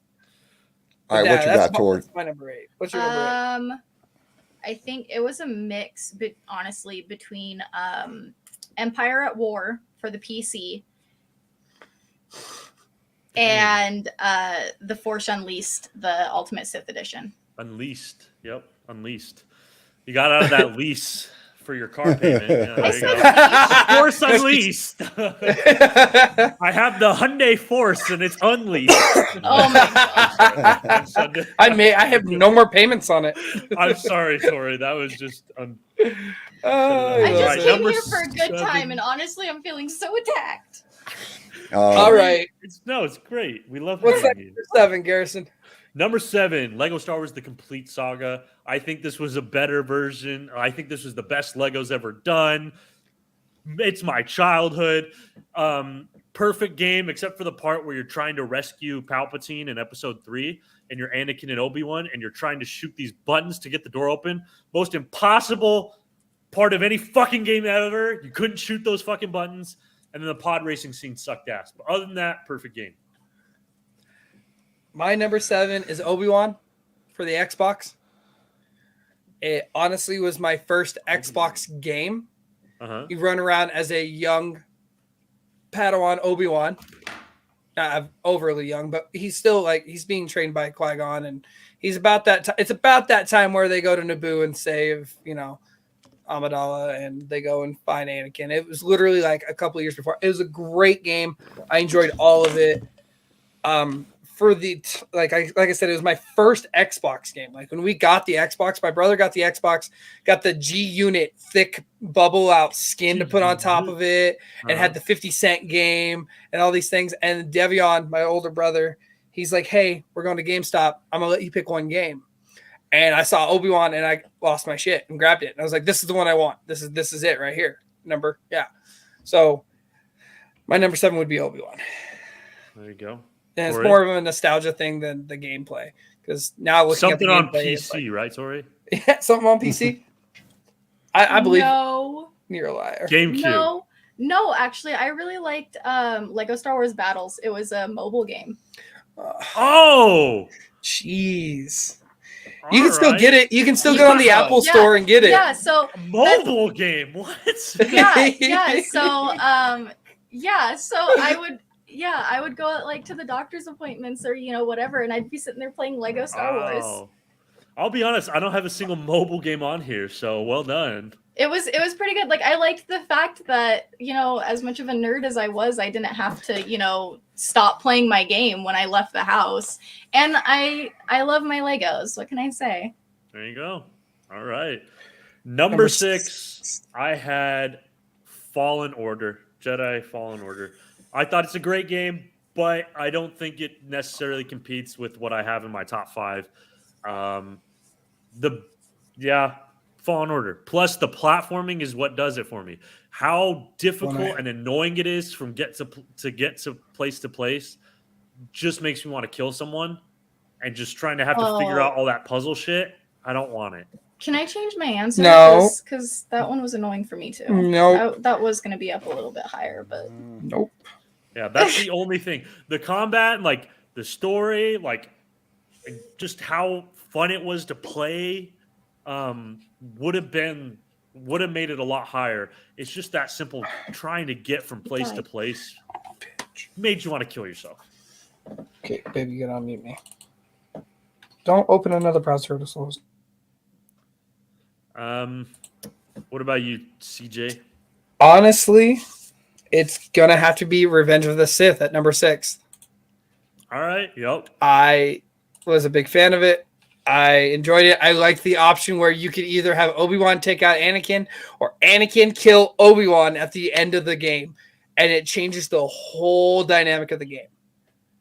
And it was awesome that it gave you that choice after the first game through where you could go back and do that one scene. It's like, do you want Obi-Wan to win or do you want Anakin to win? And I'm like, I'm curious what Anakin does. And you just see this gruesome stab into Obi-Wan. And it was like, and he kicks him down the hill.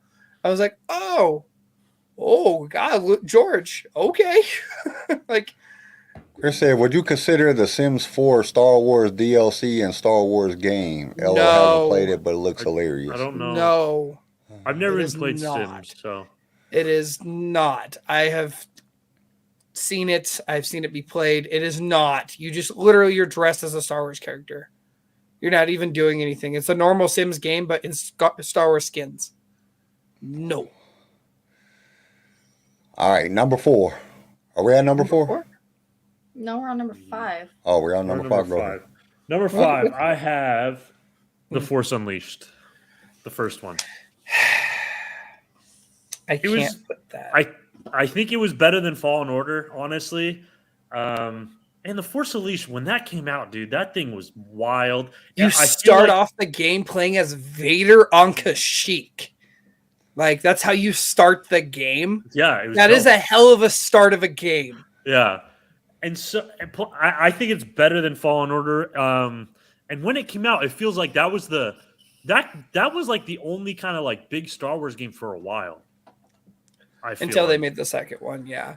Yeah, but because at that time you had that, and then you had Lego. Those are the only two games that were competing with each other Star Wars wise. Yeah, and so that was a big one. So I'll put it there. Mine would have to be Lego Star Wars, the complete saga, this new one. I liked it. I agree with Garrison though. The pod racing scene was shit. It was not even worth it. It was like that pod. You can when you play 1 through 6, it's so fast, but when you get to 7, 8, and 9, it's a longer story game mode than the rest of them. Complete Saga didn't have 7, 8, 9. I'm talking about this new one, the Skywalker Saga. Oh, you're talking about Skywalker. I'm sorry. Oh, yeah. So my back-to-back are going to be about the same, but the Skywalker Saga 1 through 6, the gameplay through it was way too quick. 1 through 6 was way too fast. It was quick. It was boom, boom, boom, boom, boom. You're on to the next one. You're on to the next one. And it focused too much on Disney. And then the second you hit 7, it was the longest freaking game at that point. Jeez. And it was like, why would you do that? Why is that a thing? What makes you think that we're going to enjoy that? A lot of these people that are playing the Lego Star Wars games are adults. We want to be like kids. We don't want to. I can't do it. And yes, a scene is always hilarious from The Force Unleashed 2 and Starkiller freaking out and Vader. You said you would stay away. I lied. I'm sorry. The fact that they brought James Earl Jones in to do that was beautiful. But no, mine would have to be the Skywalker Saga. What about you, babe? I would have to go Skywalker Saga too. All right. As much as I hated the talking. No, I thought the talking had some good parts. I like the Legos that are quiet, but this talking still had some gold. Like I got to be honest. Episode, are we on number 4? Yep. Yes. Knights of the Old Republic. That's where I had it. I feel the cutscenes and the storyline alone, take out all the combat. Watching the cutscenes alone, put it at a 4 for me. Like, jeez. My number 4 amazing shit. My number 4 is the exact same. I'm sorry. I got to agree with you on that. It's my number 4. I still love it. I still play it. It's right. Are we talking about KOTOR 1 or 2? 1. 2 for me. Or 2. 2 for me. I kind of put them all together. I thought that, I don't know. The first one was lower. The second one was a little bit higher because you got to play against Darth. What was that? The Sith Lord in that game was just Malgus? I think it was Malgus in 2, wasn't it? Is it?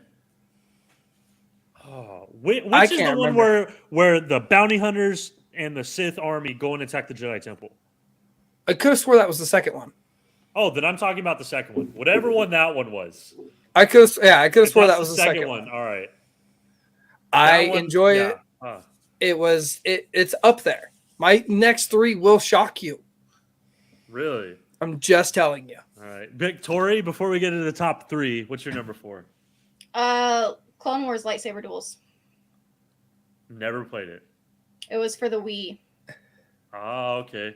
And dude. I'm all over the place with my I can see you. But there was there was a lot more character development in the game than we were able to see like in the show or in the movies. And oddly enough, you got to see more emotion out of Anakin, and it was just really fun to play, like with your Wii, your handle just swinging. But you did get to see a lot more emotion out of Anakin than, you did out of Hayden Christensen in the movies and the show. What game is this? Clone Wars lightsaber duels. Clone Wars lightsaber duel. I don't know. I got like 10 fucking Wii games down there that are Star Wars that I've never played. I believe it was 2000 and let's see. I don't know. It was released in 08. When I fucking got the Wii, I bought it from somebody online, and it was a fucking like a whole book full of games. They gave me this whole book full of games. There's like some Star Wars games in there. I never played them though. I played bowling. All right. Number 3. We're getting into the best 3 Star Wars games of all time. I have the new Battlefront 2. I feel like, some people didn't like it. The new Battlefront 2, I liked it. The enemies are a bit spongy to kill, but otherwise, I loved having the prequels back. It was a modern version of the original Battlefront 2. I thought they did a good job, and it's just still so fun to play. So yeah, I'm going Battlefront 2. Have a good one, Dr. Mad. I'm glad that you were able to stay for the amount that you did. Thanks for joining and Nihilus. interacting with us. Thank you, Bodhi. Nihilus. Have a great rest of your Was day. the second one.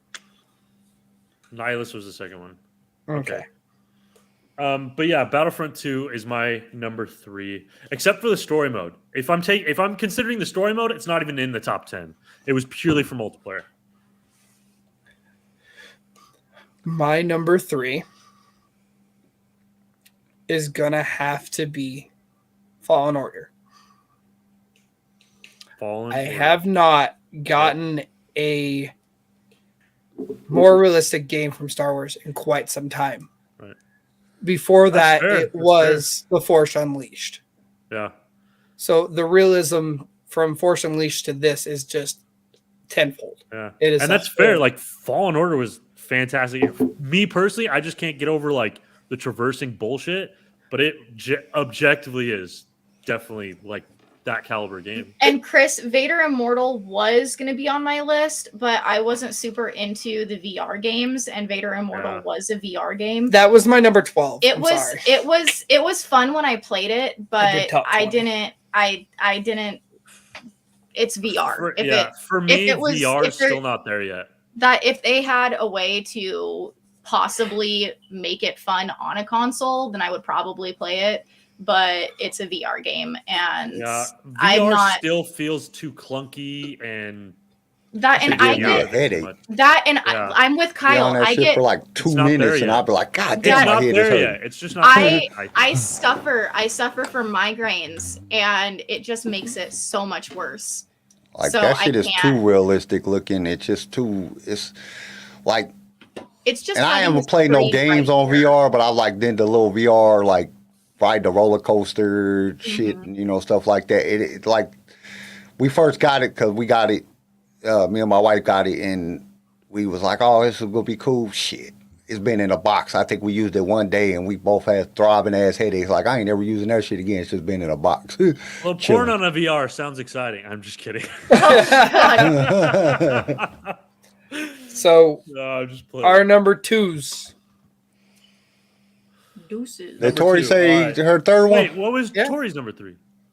Oh, I did not say my third one. I thought your third. Yeah, no, she was talking about VR. Oh, we was talking about Vader Immortal because Chris put it in the thing. Yeah, no. Battlefront, the first one. Like the the original. First one? The original? The just Battlefront, yeah. The PlayStation? Yeah, but the EA or version the or like the original old version? Wait, the what you have version? the EA. So the one made by EA. I didn't hear what you said. I just heard A, and I was like, wait, what? Like, you're gonna say like the gay version or the real one? I was talking about the EA version. I liked the EA version. Okay, that was my number 10. So, all right, number 3. All right, number 2, Jedi Knight, Jedi Outcast. Oh my god, this game was amazing. Bro, and the multiplayer, I just remember growing up and playing that multiplayer together with like my cousins. Oh my you could be like in the multiplayer, you could have a Jedi and you could have like a guy with a gun facing off against each other, and the Jedi didn't have like spongy health, so he had to be good and block oh dude. This game just brings back nostalgia like no other for me, so it's my number 2. Honestly, give me a sec. I completely spaced my number 2. I'm like remembering my list off my head. So I'm gonna let her go first. For number 2? Yeah, for number 2. Probably the first Lego Star Wars. I remember my number 2. Okay. I like Lego. It has a special place in my heart. Oh, It brings my childhood back. Like I loved playing with Legos, and She still does. What are you talking about? I do. I have a Lego collection, and the Bionicles and all of that. And so playing with Legos, it was pretty cool. I love my Lego games. My number 2 is Battlefront 2 for the PlayStation 2. You get a group of friends. You have 4 controllers. You have Jedi. Yeah, you have this big old box ass TV, and you sit there in your room, and you're just hanging out with your homies, and you're fighting Jedi versus Sith or clones versus droids, and you're just tearing through Mos Eisley. You're tearing through that game. It was just that was perfection, and that was why everyone was so excited for Battlefront 3. We thought there's no way you can beat Battlefront 2. And they did it. Honestly. Because they never came out with 3. Yeah. But honestly, my number 2 is honestly, it's pure nostalgia. It is when they redid it and made the new ones, I wasn't as mad.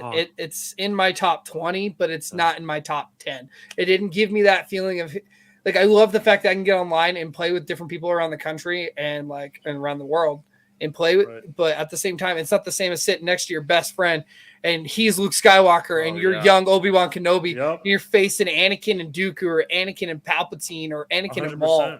And it was just, it had the feeling of a lifetime. And the galactic conquest, like Chris says. Oh, man. Which is why Battlefront 2 is my number 1. I think it's the best Star Wars game to ever be created. It was ahead of its time. Dude, there was no game we would rather be playing. I remember literally going out of my way to I bought a PS2 just to play Battlefront 2 again. I just remember I bought a new PS2. Oh, dude, that game was beautiful. So my dad had this thing where if a new console came out, you got the console before it. So if PlayStation 3 came out, I got the PlayStation 2. Yep. When we got the PlayStation 2, the first thing I did, because my uncle owned this flea market pawn shop kind of mixture deal in Ontario, right across the way from us, and we'd go over there, and the first thing I did is I grabbed all the Star Wars games that you can get for the PlayStation 2. Yep. And the only game, because I had Bounty Hunter, and I had Commando, and I had Jedi Academy, and I had all these other ones, but the best one was Battlefront 2. It had this feeling of just, it was amazing. Yeah. So I can see where it's your number 1. And I'll be honest with you, it's I think it's the only game from that time period where I can go back now and still have just as much fun playing it. Oh yeah, as games from today. Like the graphics don't even phase me like they usually do with other games. Like this game was. If they open the server back up and you can play it on the new Xboxes. Oh yeah. Oh man, the new one that came out, the Battlefront 2 for the Xbox One that came out. You'd have to shut that server down because nobody would want to play it. Dude, that's how good that one was. The game was beautiful. Okay, so what was your number 2, Tori? We're on number 1. Yeah, we're on number 1. Oh, you already said your number 2? Yeah, I went first because CJ was thinking about it. Yeah. All right. Well, what's your number 1 then? Honestly, so I know that I put one of the Knights of the Old Republic's game down a little bit lower, but I liked Knights of the Old Republic. I like my PC games. Yeah. Number 1. I love my As a PC gamer, games. I'm not a PC gamer, but I can understand a PC gamer. It was better on the PC than it was on a game system. I went to the thrift store with my mom one day after church because we would always go on Sundays after church. That was the day that the colors on the stickers changed. And I got a huge box set that was like the ultimate collector's edition of Knights of the Old Republic. And it had like all of them in there. And I was like, I gotta get it. So I like talked my mom into spending the $25 for the entire set. And I still have it at my mom's house. But yeah, Knights of the Old Republic. My number one, hands down, all-time favorite is literally The Force Unleashed. All right. Like I said, Fallen Order was good, but Force Unleashed gave us that first real feeling of how it feels to be a rogue assassin with force powers. Right. You could run around, you could kill everything in the vicinity. Droids, Ewoks. It was the first Troopers. game that really made you feel like, holy shit, I'm a Sith. Yeah. Like, Wait, hang I have power. Like, hang on. and it was intoxicating. Is like a sub game of a game be my favorite game? No. Because I fuck? like You Ewok PC Hunter. people, I swear. No, not PC. Ewok Hunter. For the Battlefront. Oh, Battlefront 2 Ewok Hunter? Yes! Yeah, dude. That's an That honorable one- that mention. is but awesome. no, I just Which, think Battlefront 2, what about the Wampas versus the Rebels Battlefront 2? Yes. Wampas versus Yeah. Stormtroopers? yes. Oh And- my god, that was great. But no, I just think The Force Unleashed was honestly ahead of its time. And like you had said, it's ahead of its time. It was way Yep. before anybody or anything came out that was like that. The next best game behind that was San Andreas. Like literally, you could run around as a rogue assassin for Vader, or you can go kill hookers and steal cars and shit for San Andreas. Like you had two options when those two games came out, and I preferred being a fucking a force using assassin. Yeah. And it was amazing. You can change your lightsaber color to like all the varieties that you could get. You could change your outfits. You had so many different boss battles. Yeah, that It was game was Just insane. amazing. And I still play it. Like I will pull it up and play it to this day. You do. And it's Bodie. it's amazing. Bodie said Battlefront 2 on PS3 was for sure ahead of its time. And when you play local, you fight against each other armies, so it was so competitive. LOL, my cousin used to try and screen watch to cheat. That's when you got that the cardboard box and you folded it up and you like taped it to the end of your TVs and then you just had the box resting on your head so that they couldn't see your screen. My little brother and I used to get in fist fights because he was a screen watcher. Screen cheat! Screen cheat! How'd you know? How'd you fucking know I was gonna be over there? How'd you fucking know? Yeah, That's- and I then you wasn't say, like, watching I your get a free screen. kill. You have to let me get a kill on you. It's only Oh my Yeah. god. Yes. Oh my god. Okay, how it- stay right that's- there. Stay right there. That's You how can't move. That's how it was with Madden too. Yeah. Like Madden, how'd you know I was gonna pass to the right?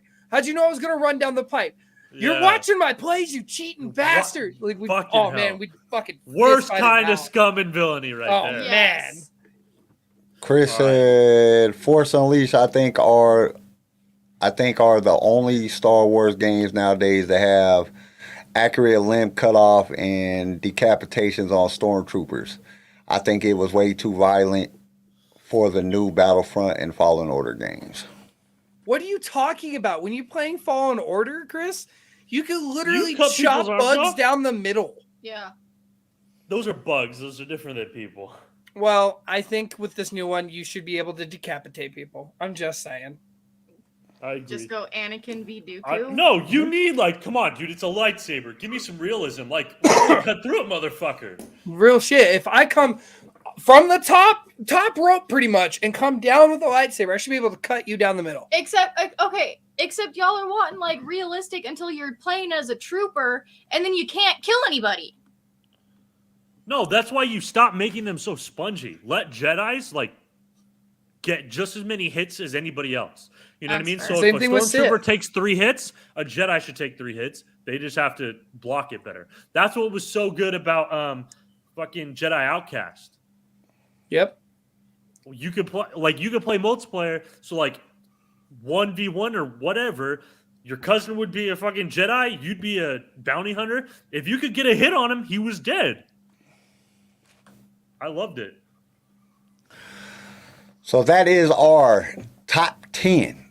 And my number one of all times is Eclipse if it ever comes out. No, if Just 'cause of Ubisoft, if the Ubisoft game really lives up to the hype, that's probably going to be my number one. Oh yeah, it will. If it turns out to be what it is, I would love if it became out during the Republic. Like you could choose an era of Star Wars you can live through. If Ubisoft Like was DLC fucking for smart, different eras. yeah, you could literally download what era you want. I would live in the Republic, not the High Republic, not the Old Republic, just the normal Republic. I would love to be in that moment in the temple during Order 66. Wow, really? Yeah, I would love to be one of the Jedis that survive, and it literally gives you that story mode of what you can do. You can go to Dagobah with Yoda, or you can go to Tatooine with Obi-Wan, or you could go to Kashyyyk. Like, it should give you those options to flee to any planet you want for exile, and you got to do these little side category missions. All we know is that there's going to be a lot of new characters and some characters that we already know. So it's like, all right, what does that mean? Are these like Old Republic characters? Are they prequel characters? Like, so I guess we'll just have to wait and see. I would love just to be able to buy a certain version. Like, if Ubisoft was smart, you should be able to buy a certain version and be able to live through a certain era of time, like the High Republic, where the Jedis are top tier and you got Sith being sneaky in the background kind of deal, or you can be in the Republic where you're fighting with clones, you're doing all this battle, and then your clones turn on you. And you have to comm link Obi-Wan, or you have to comm link Yoda, or you got to like get the fuck off the planet kind of deal. Like, I think that would be next tier gaming for Ubisoft. See, and I don't know if I want that, just because I'm the worried multiplayer's that all if the you same. put it in that, like, you can mess up the timeline. Like, I don't want it to be like going against like what we already know is supposed to happen during this time period and all that. It's kind of a big what if kind of game, though. It'd be a what if you were a Jedi and what would you do in that moment kind of deal. Gotcha. You know? I can see that. And they think that would be a game where people would get submerged into it and would love it. I mean, I wouldn't mind a story mode where you have to play this story mode in the High Republic or the Old Republic or the new Galactic Republic that we have, the Rebellion era kind of deal where you're a new Force user and you can run into Luke and Leia and Han and all that. Like, it would be cool. It'd just be cool if you could pick what era you wanted to, or you have a story mode or a multiplayer. I don't know. All I know is if they ever come out with Eclipse and it looks anything like the fucking trailer that they put out, that's just going to be awesome as fuck. Oh, yeah. That will be a game I will get to play. All right. So, yeah, want to get to some news and rumors? We spent a lot of time. Yeah, let's bust through the news. We spent a lot of time on that. Well, I mean, we all had top 10s and we all had nostalgic feelings. So, I mean. No, I know. We're good. I knew this was going to be a good episode. That's why I told y'all to do it, because I don't have news. shit. Now let's bust through those news and rumors, yeah? Hit the button. This is Alton Castle for the only news you need, the HoloNet News.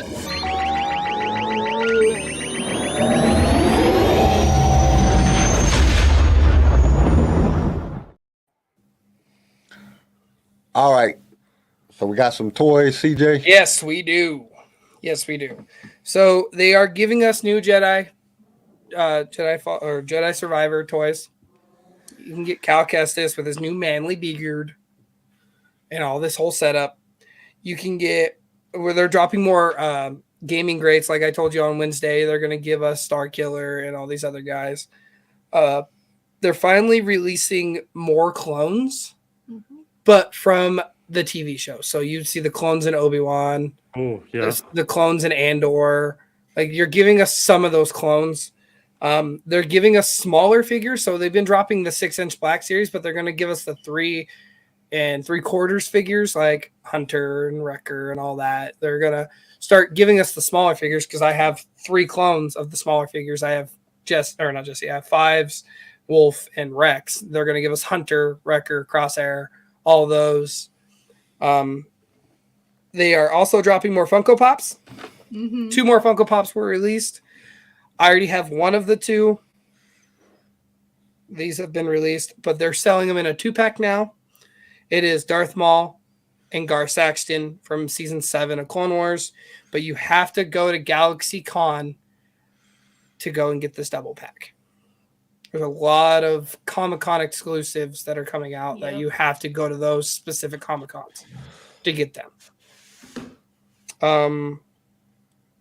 That is honestly really it for my toys. There's not a lot. On another note of toys, I picked up Ned, the Black Series Ned, and holy Jesus, he is a big bitch. Like, he towers over Wrecker and Hunter. Like, all of the other Black Series we have on the desk are like this tall. Yeah, he towers over them. He is a big Black Series figure. And we finally bought our first Black Series figure in that new boxing that Hasbro's done. It's horrendous. It's not terrible. It's just a lot of paper. It's not cost effective. It's not cost effective. It's a lot of paper. So I understand that they're wanting to reduce the waste by stopping all of the plastic. So they're reusing paper for everything. Like, he was held in by cardboard, and then there was paper straps that went around him, and he was wrapped in a really cool Star Wars paper. And they spent more money to wrap everything than they could have done with the normal box. His backpack, his hammer, his gun was individually wrapped in like paper seals. Like, it was all paper, and they all had Star Wars printed on it. I just thought of all of the trees they killed to make all of the paper wrapping. Like, they're trying to make a difference, but you literally just spent more money to put Star Wars on a piece of paper than you could have done with a little 4x4 fucking plastic cover that shows you the toy. So yeah, their marketing team is a bunch of idiots, in my opinion, because that was not cost effective. You probably spent more money to put him in that box than you did putting him in the normal boxes that we get. All right. Got anything, Garrison? Yeah, actually, some pretty big stuff.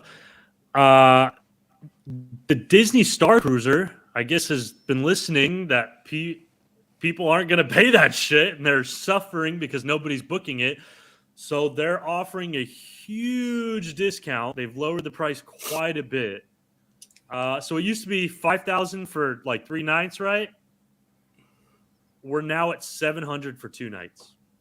Okay, so they lowered it even lower than when I talked about that. Yeah, they lowered it. We could go. We could go. That's not the only thing. In Disneyland, it is also now cheaper to build your own droid and build your own lightsaber. Both of those experiences are being lowered drastically. They dropped. So we watch people on YouTube. Mm-hmm. They're Peter and Kitra, which is called Ordinary Adventures. They go to the parks and do all the new fun park stuff that comes out. Mm-hmm. And then we watch Ash and Brian. They haven't dropped anything lately because Ash is pregnant. But they go to Galaxy's Edge and they go and try all the food. They go and try the lightsaber building, the droids, and the rides and stuff. And Peter and Kitra talked about this, and they're like, it dropped by like what, $100, something like that. Well, no, because it was $150 for me to build R2. I'm talking about the lightsaber, not the droid. Lightsaber. The lightsaber. So it was it was like it was $250 when we went to build a lightsaber to go to Sabi's, and that's why we ended up just building my droid instead of trying to do both. They dropped it to like 170 something. Yeah, I think it's just Disney's finally starting to feel the effects of what everyone's thinking. Like, dude, are broke for a quality that's not worth it. No, because I can buy a Black Series lightsaber that's got the LED light up that's like and clash and play that's more effective than this new stuff. Or the NeoPixels. Yeah, exactly. Also, on top of that Disneyland news, I'm going to actually throw this out there. I watched this on Ordinary Adventures. They are dropping new build outs for your Savi's lightsabers. Yep. The first one was the Sith one. I can't remember what it's called. It's not Protection and Defense. Protection and Defense is the Jedi one. The Sith one is like something in destruction. It's or something. power and power and control. But whatever it is, they dropped a new set. So you have set 1 that is no longer available unless if you go to the junk dealer and buy those parts, because they're selling those parts individuals now. Or you can get the new set when you're building it, and it's worth it. It looks great. They have these little stoppers now, so everything lines up, so it's not like crooked looking. Oh my God, yeah, Yes. that pissed me Yeah. off so much. And they'd rush you through like doesn't need to line up. Fuck you. And I'm like, fuck you, dude. My OCD's throwing a fit. Fuck off. Oh, dude, the But quality. yes, was they put shit. little stoppers so it should line up. Some of them really kind of don't because Power and control. Power and Control. Power and Control has a new update. Peter on the show was stating that there will be more updates to the other ones. So you will get a tier 2 of what you can build. They are slowly making improvements to the whole Galaxy's Edge. Good. Altogether. There has been it just released the first, but it's a new comic book. It's Santa Staros. Han Solo's first wife. Yes. So we now get to know her backstory in this new comic. And then Visions have Volume 2 has a release date on Disney Plus of Star Wars Day, May 4th. And they've labeled out all of the who's Episodes. making them and Yep. the names of them. Yep. I'm not excited for any of them. Sith from El Guri, Spain. You got Screecher Reacher from Cartoon Saloon, Ireland. We have In the Star from Punk Robot, Chile. I Am Your Mother from Ardaman, UK. Journey of the Dark Head from Studio Merv, South Korea. The Spy Dancer from Studio La Chat, France. What are we talking about? This is Visions Volume Season 2. Yeah, The Bandit of Golic from 88 Pictures, India.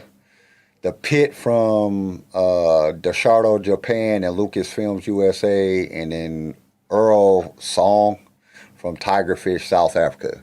So What these is ain't this all supposed going to come be out? May May 4th. 4th. Gotcha. Okay. May 4th. And then the only thing that I had was where did it go? The Star Wars Obi-Wan Kenobi Jedi Return soundtrack was by Scott Michael Smith, was released, and if we want, we can listen to a few of the tracks. Let me share screen here. I don't know if we'll be able to. Y'all tell me. This is from what you said? It's Obi-Wan Kenobi. Kenobi. The soundtrack. Oh.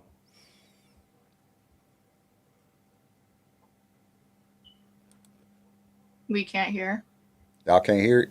No. No.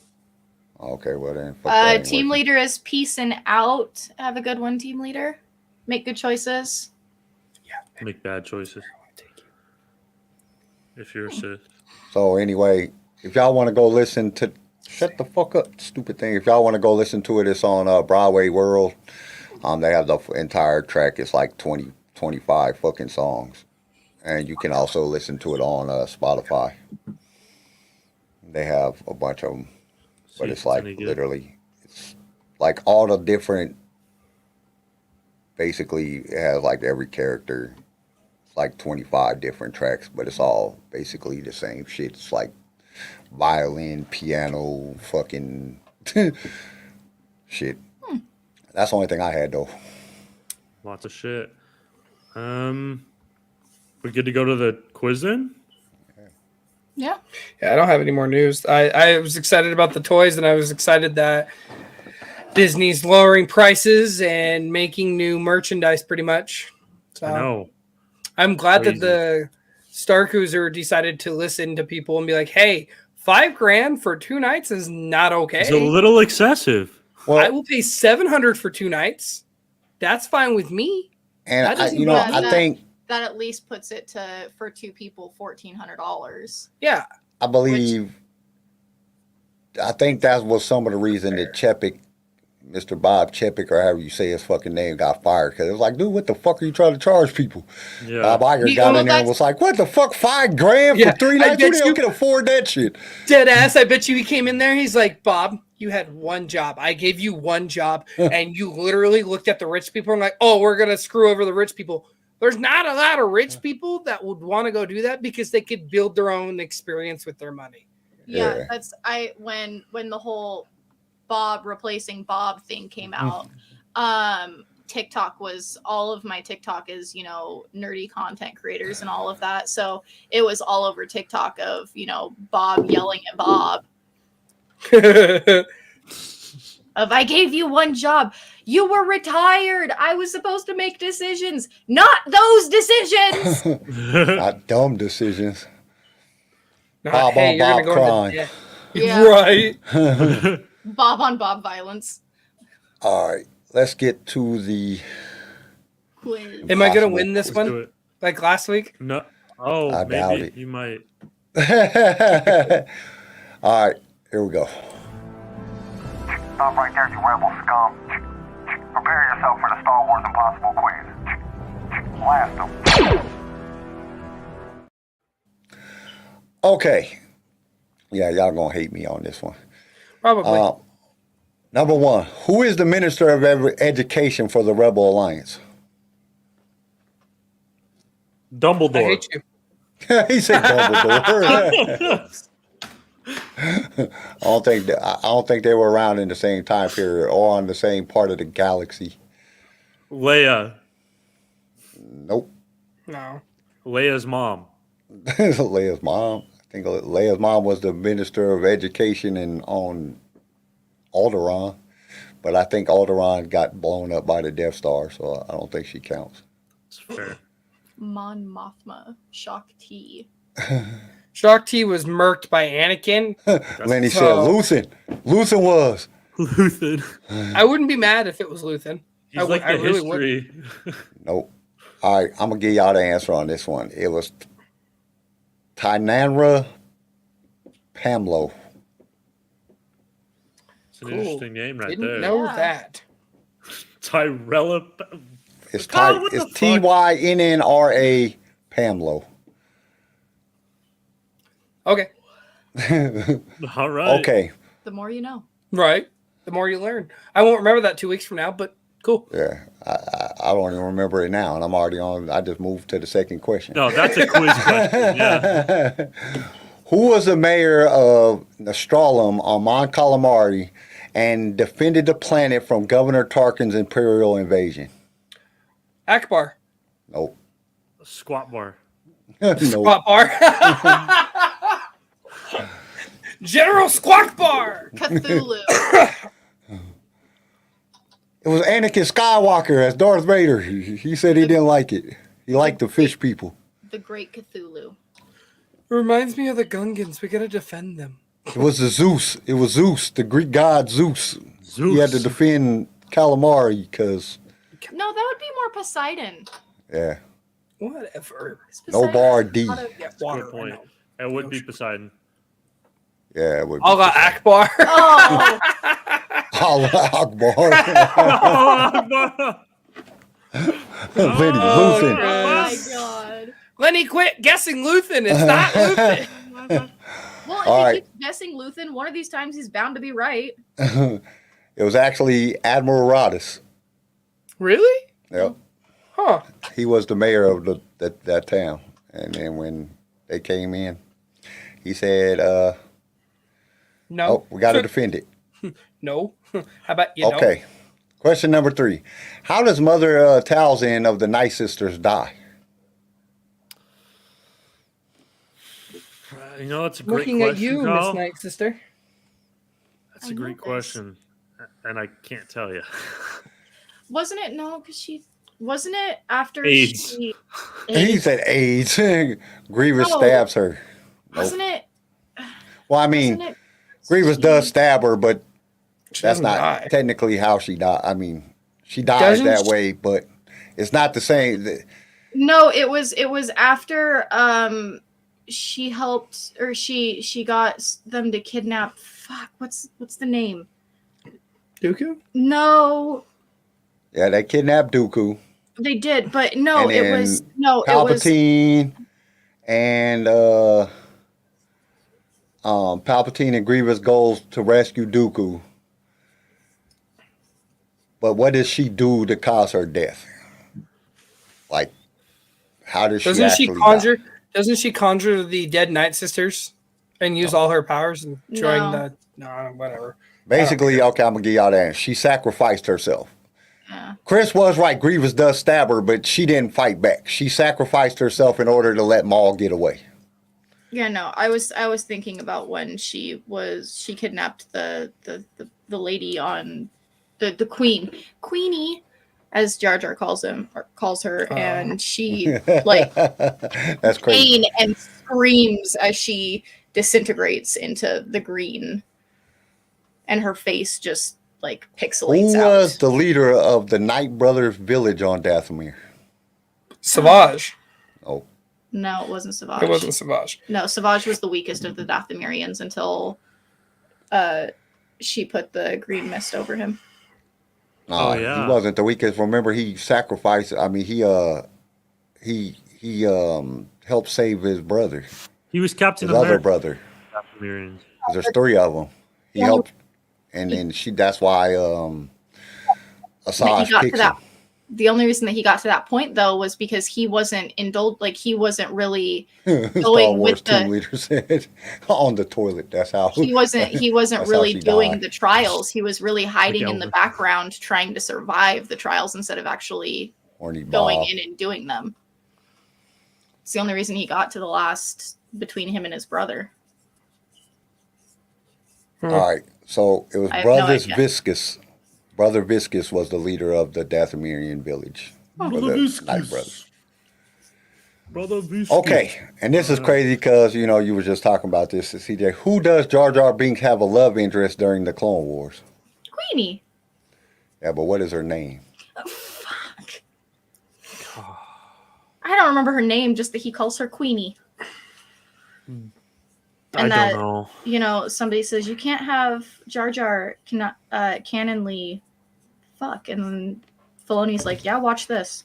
One of them's a dragon and the other one's a Jar Jar. So Jar Jar. So I don't know how that'll work, but I guess it worked for a dragon and A donkey. donkey and fucking Shrek. So Amy was her name. No, because the Queen kissed Jar Jar. That's what I was going with. I can't remember her name though, other than he calls her Queenie. yeah, it's Queen Julia of thanks. Dardada. Julia, yes. Julia? Julia. Julia. Queen Julia of Dardada. Nice. Yeah, that Okay. was a tough one. This one, I'm y'all, somebody checking better right now. get this one. Who said there is no war unless you have brought it with you? Oh, fuck me. Fuck me. There's no. Oh my god, I know it. Oh my god! Oh my gosh. Garrison. The amount of I know rage this that one. just went through Garrison's body. It's God. No, it's the really tall, skinny looking dude when he goes to fight Grievous in episode 3. What I is don't know what his his name name? is. It's the Utapau dude. Utapau. Utapau, whatever. Yeah, it's the Utapau King, but what's his name? God damn it. I don't know. Ah, This is entertaining to watch. This is so fun. shut up. I know this. I'm dying, man. I'm dying. Diane. Diane? No, it's not Diane. No, I was just saying that. That's not that's not his name. Chris got it's the Utapau King, but what's his name? I have no idea. Oh, I literally see him in my mind. If you give me a hint, man. He's the Utapau King. Chris already gave you the hint. What's his name? I already said that a long time ago. All right. Lenny, loosen. Luthen. One of these times you're gonna get it right, Lenny. Right? One of these times, man. His name is Tyon Midden. Yep. Midden. Fuck! I'm so mad. Okay. That was entertaining. Y'all should be able to get this one. Who was the clone responsible for killing the Jedi known as Templar? Or Templar? What?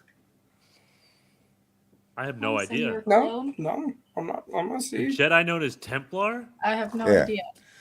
Okay, I'll give y'all a hint. He was the very first clone that the chip malfunctioned on.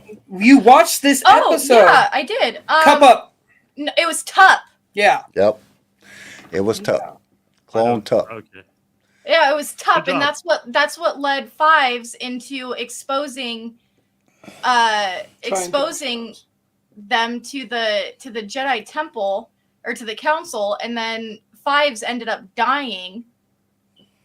And that's what sent me on a whole rant to CJ while he was out of town. Was like, you're telling me that a clone literally told everybody that there was chips in their brains that malfunctioned in Tup, and nobody thought Order 66 was going to happen. We find out Dooku is behind Order 66. Nobody thought Order 66 was going to happen.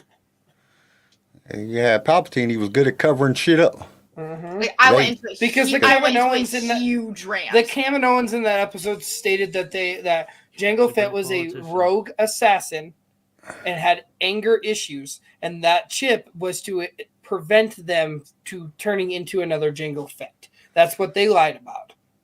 So Okay. Next question. Question 8. From what moon of Trandosha did the intelligent bird known as the Convor come from? It's the owl-looking bird. Nope. No idea. Nope. What did you... I'm not even going to try it. That's where I'm at with this. What kind of question is that? I'm just kidding. There's a reason it's called the Star Impossible Wars Impossible Quiz. It's not the Star Wars Easy Quiz. Okay. God. I'm just going to give y'all this one because I don't think that y'all Good. going Yep. y'all gonna get this one. It's the Waska. The moon of Waska. The moon of Waska. But it's that stupid owl bird that's flying around in Rebels and in fucking all like it's been in Ahsoka's fucking, bird? Yeah, Ahsoka's fucking owl looking bird. It's in Rebels, it's in the Clone Wars when they're during the fucking Season 7? There's a gang of the fucking seasons where it's in. It's in fucking season 3. It's in season 5. It's in a lot of shit. Okay, y'all should be able to get this one. What is Hunter's special ability that he got from his beneficial mutations during his clone? Oh, I know it. Yeah. So his tracking is enhanced, so he can feel the electromagnetic and the vibrations of the planet that he's on. What? Yep. His in lighter terms, his senses are heightened. So that he can like basically feel the Yeah, ground. it's enhanced and he senses. Can, That's he the can, answer. Yeah, he can. Enhanced so senses. Hunter can. Well, that's an answer to all of them. So really. she gave you the scientific answer. I was like, just what dumbed the it fuck down are you for talking everybody. about? So he can touch the ground and he can see the tracks off of the electromagnetic field of the planet. So he can. And I didn't even know that. Yeah, so He's like So the he can see the stereotypical Native American in the movies where he can put his hand on the ground. He's like, yeah, Buffalo, basically. 3 So miles away. he can feel the electromagnetic pulses. He can feel the vibrations of the planet from the different people stepping and everything, and he can isolate on a single person's like footsteps or a droid's footsteps or whatever. He can isolate that vibration and that electromagnetic field. Gotcha. That's cool. I like that. Okay. I've trained her well. Why doesn't he do that more then? He Because he does. You see it He all the does. time. Well, his total senses is enhanced. That's how he knew that thing was coming down from that fucking tunnel in episode 5 of season 2. You Because need to highlight that a little bit more. his You need to pay attention a little he has bit. enhanced senses. Yeah, because they even explained it in Bad Batch, or not Bad Batch, in Clone Wars, the last season of Clone Wars, when Rex is off with the Bad Batch when Cody brings him in, and they get into that little altercation, and then Rex is like, what exactly does he do? Like, what is he doing? And Tech explains it all. Fucking Chris Dang, said I moon. just don't remember. He said moon transgender. Moon transgender. Okay. Now this one y'all should know. If y'all don't know, I mean I get it, but it's a tricky one. Who was the commander of Bail Organa's fleet of diplomatic cruisers? Wedge? You're close, sort of.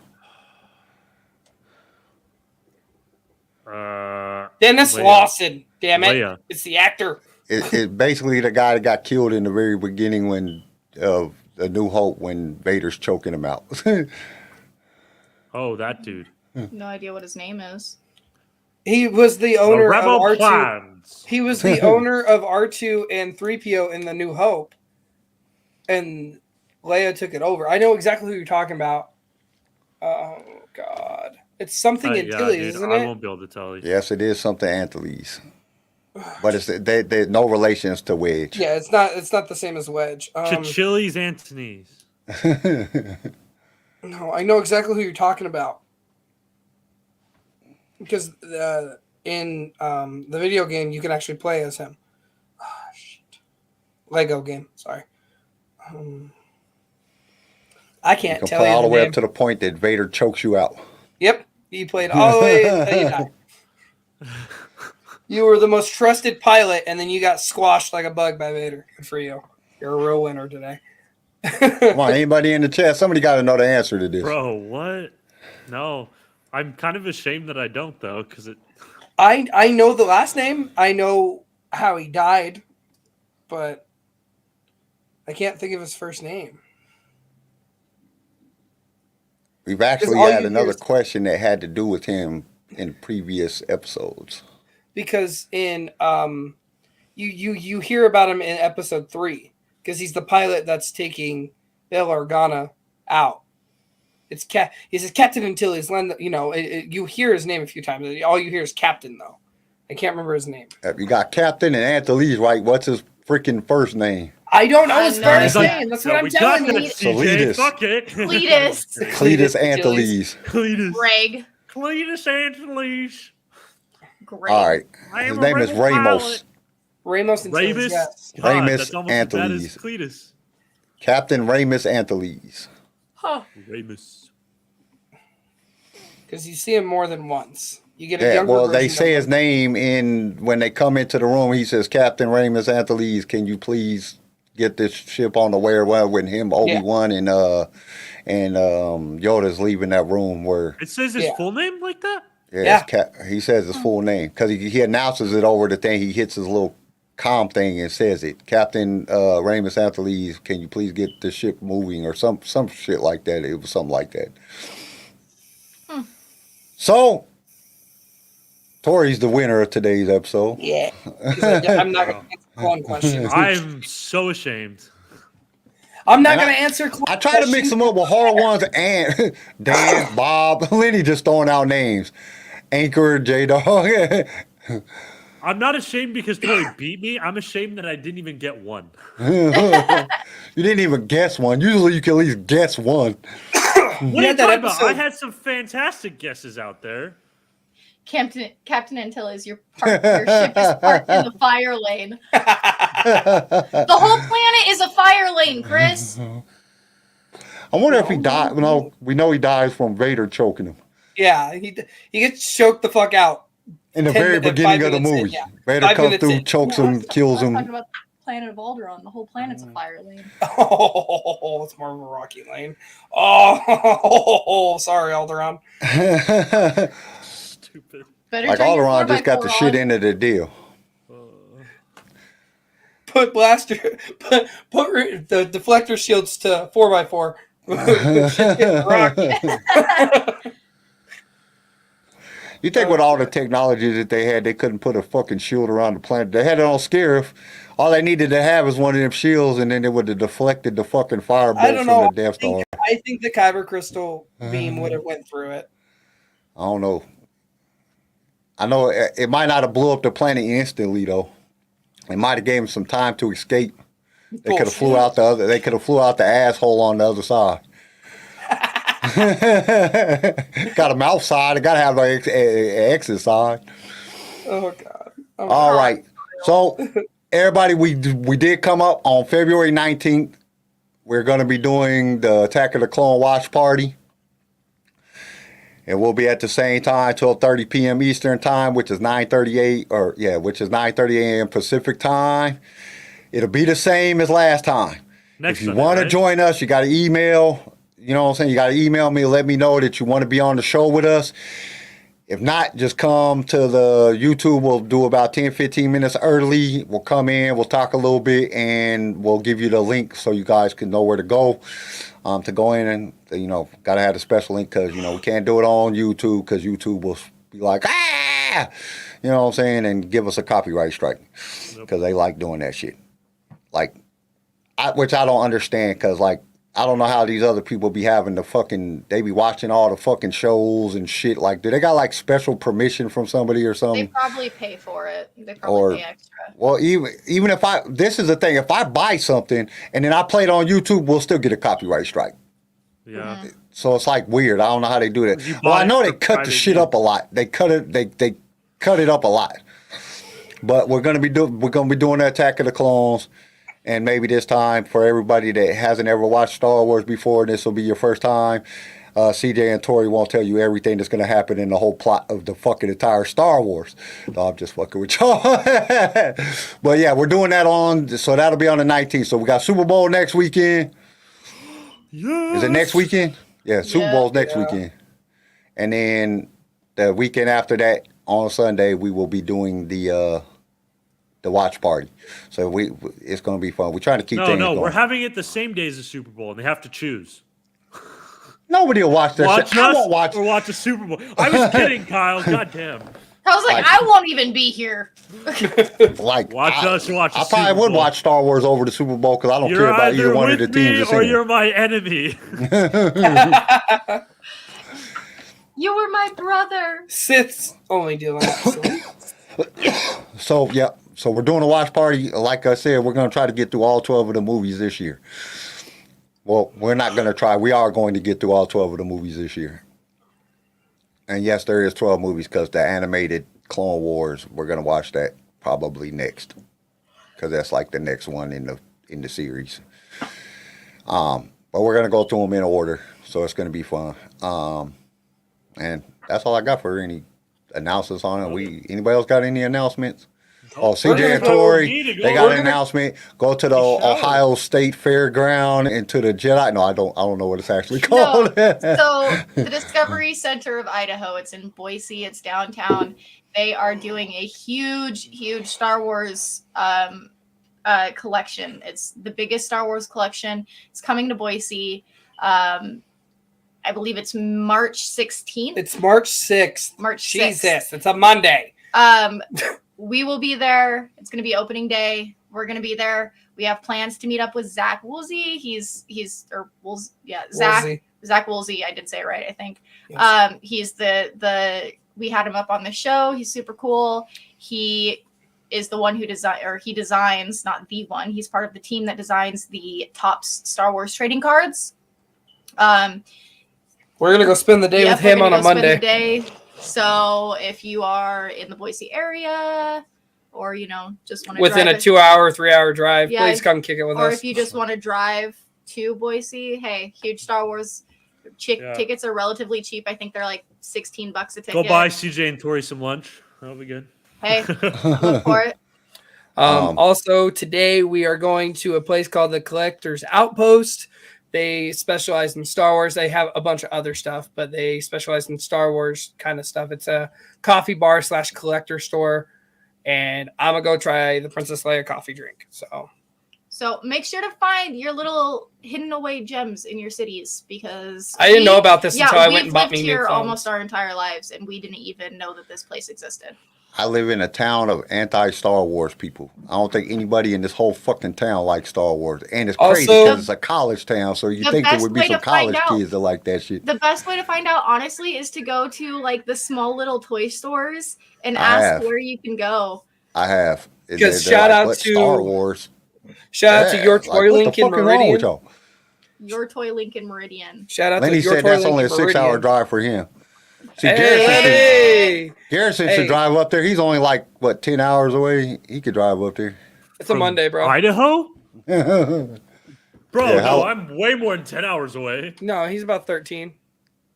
If you can drive it in 13, I can do it in 8. No, hold on. But Boise hold on. from here? Boise. Just go. Yeah. It's 14 hours from here to Mesa. Yeah, 14 hours. But I'm not gonna driving give a that shout shit. out whether you want me to. Shout out to Your Toy Link and Meridian. They hooked me up with my clones. They also told me about that little hidden gem, the Star Wars-esque kind of coffee bar collector store. They are probably watching. They wrote down the name of the podcast. And what up, guys? Get in the chat next time. Don't be lame. He told you Don't his be wife shy. wouldn't be upset if you brought home. We also got to give a shout out to Vaseline, today's sponsor. Because if you want to buy New Jedi Survivor, you're getting fucked. Whatever. For $300 damn for a video game, just a game. That's not even a console. If you ain't got the console, you got to go buy a console for $1,000. That's crazy. The new console is only $500, not $1,000. Well, $500, $300. You done spent $1,000 to play one damn video game. Oh yeah, you definitely need the Vaseline. Shit, Vaseline will be your friend because you are getting fucked. All right, guys. We will see you guys Wednesday. Don't forget to hit that subscribe and bell notification button. Give us a thumbs up. Give us a shout out in the chat or in the comments. That always helps out. Definitely those thumbs up helps out. Gets this out in front of more people, so we get more people into the chat, so we can have more fun. Because that's what it's all about: staying outrageous and having fun. So we will see you guys on Wednesday. May the force be with you. Peace. Are you doing the button? Oh, somebody hit the button. Hit the button, damn it! Hit the button. I'm not. I wasn't realizing I was. Thank you for tuning in to LSR. If you've enjoyed the show, consider subscribing so you can be notified when new episodes are released. If you would like to be a guest on the show or just want to give us some feedback, feel free to email us. You can also reach out to us on all major social media platforms. LightSaber Radio is produced by Pickfilm Media and is a Swaycast original, starring Garrison Turcott, CJ Elliott, and Kyle McDaniel. And don't forget to join us next time for more adventures in a galaxy far, far away.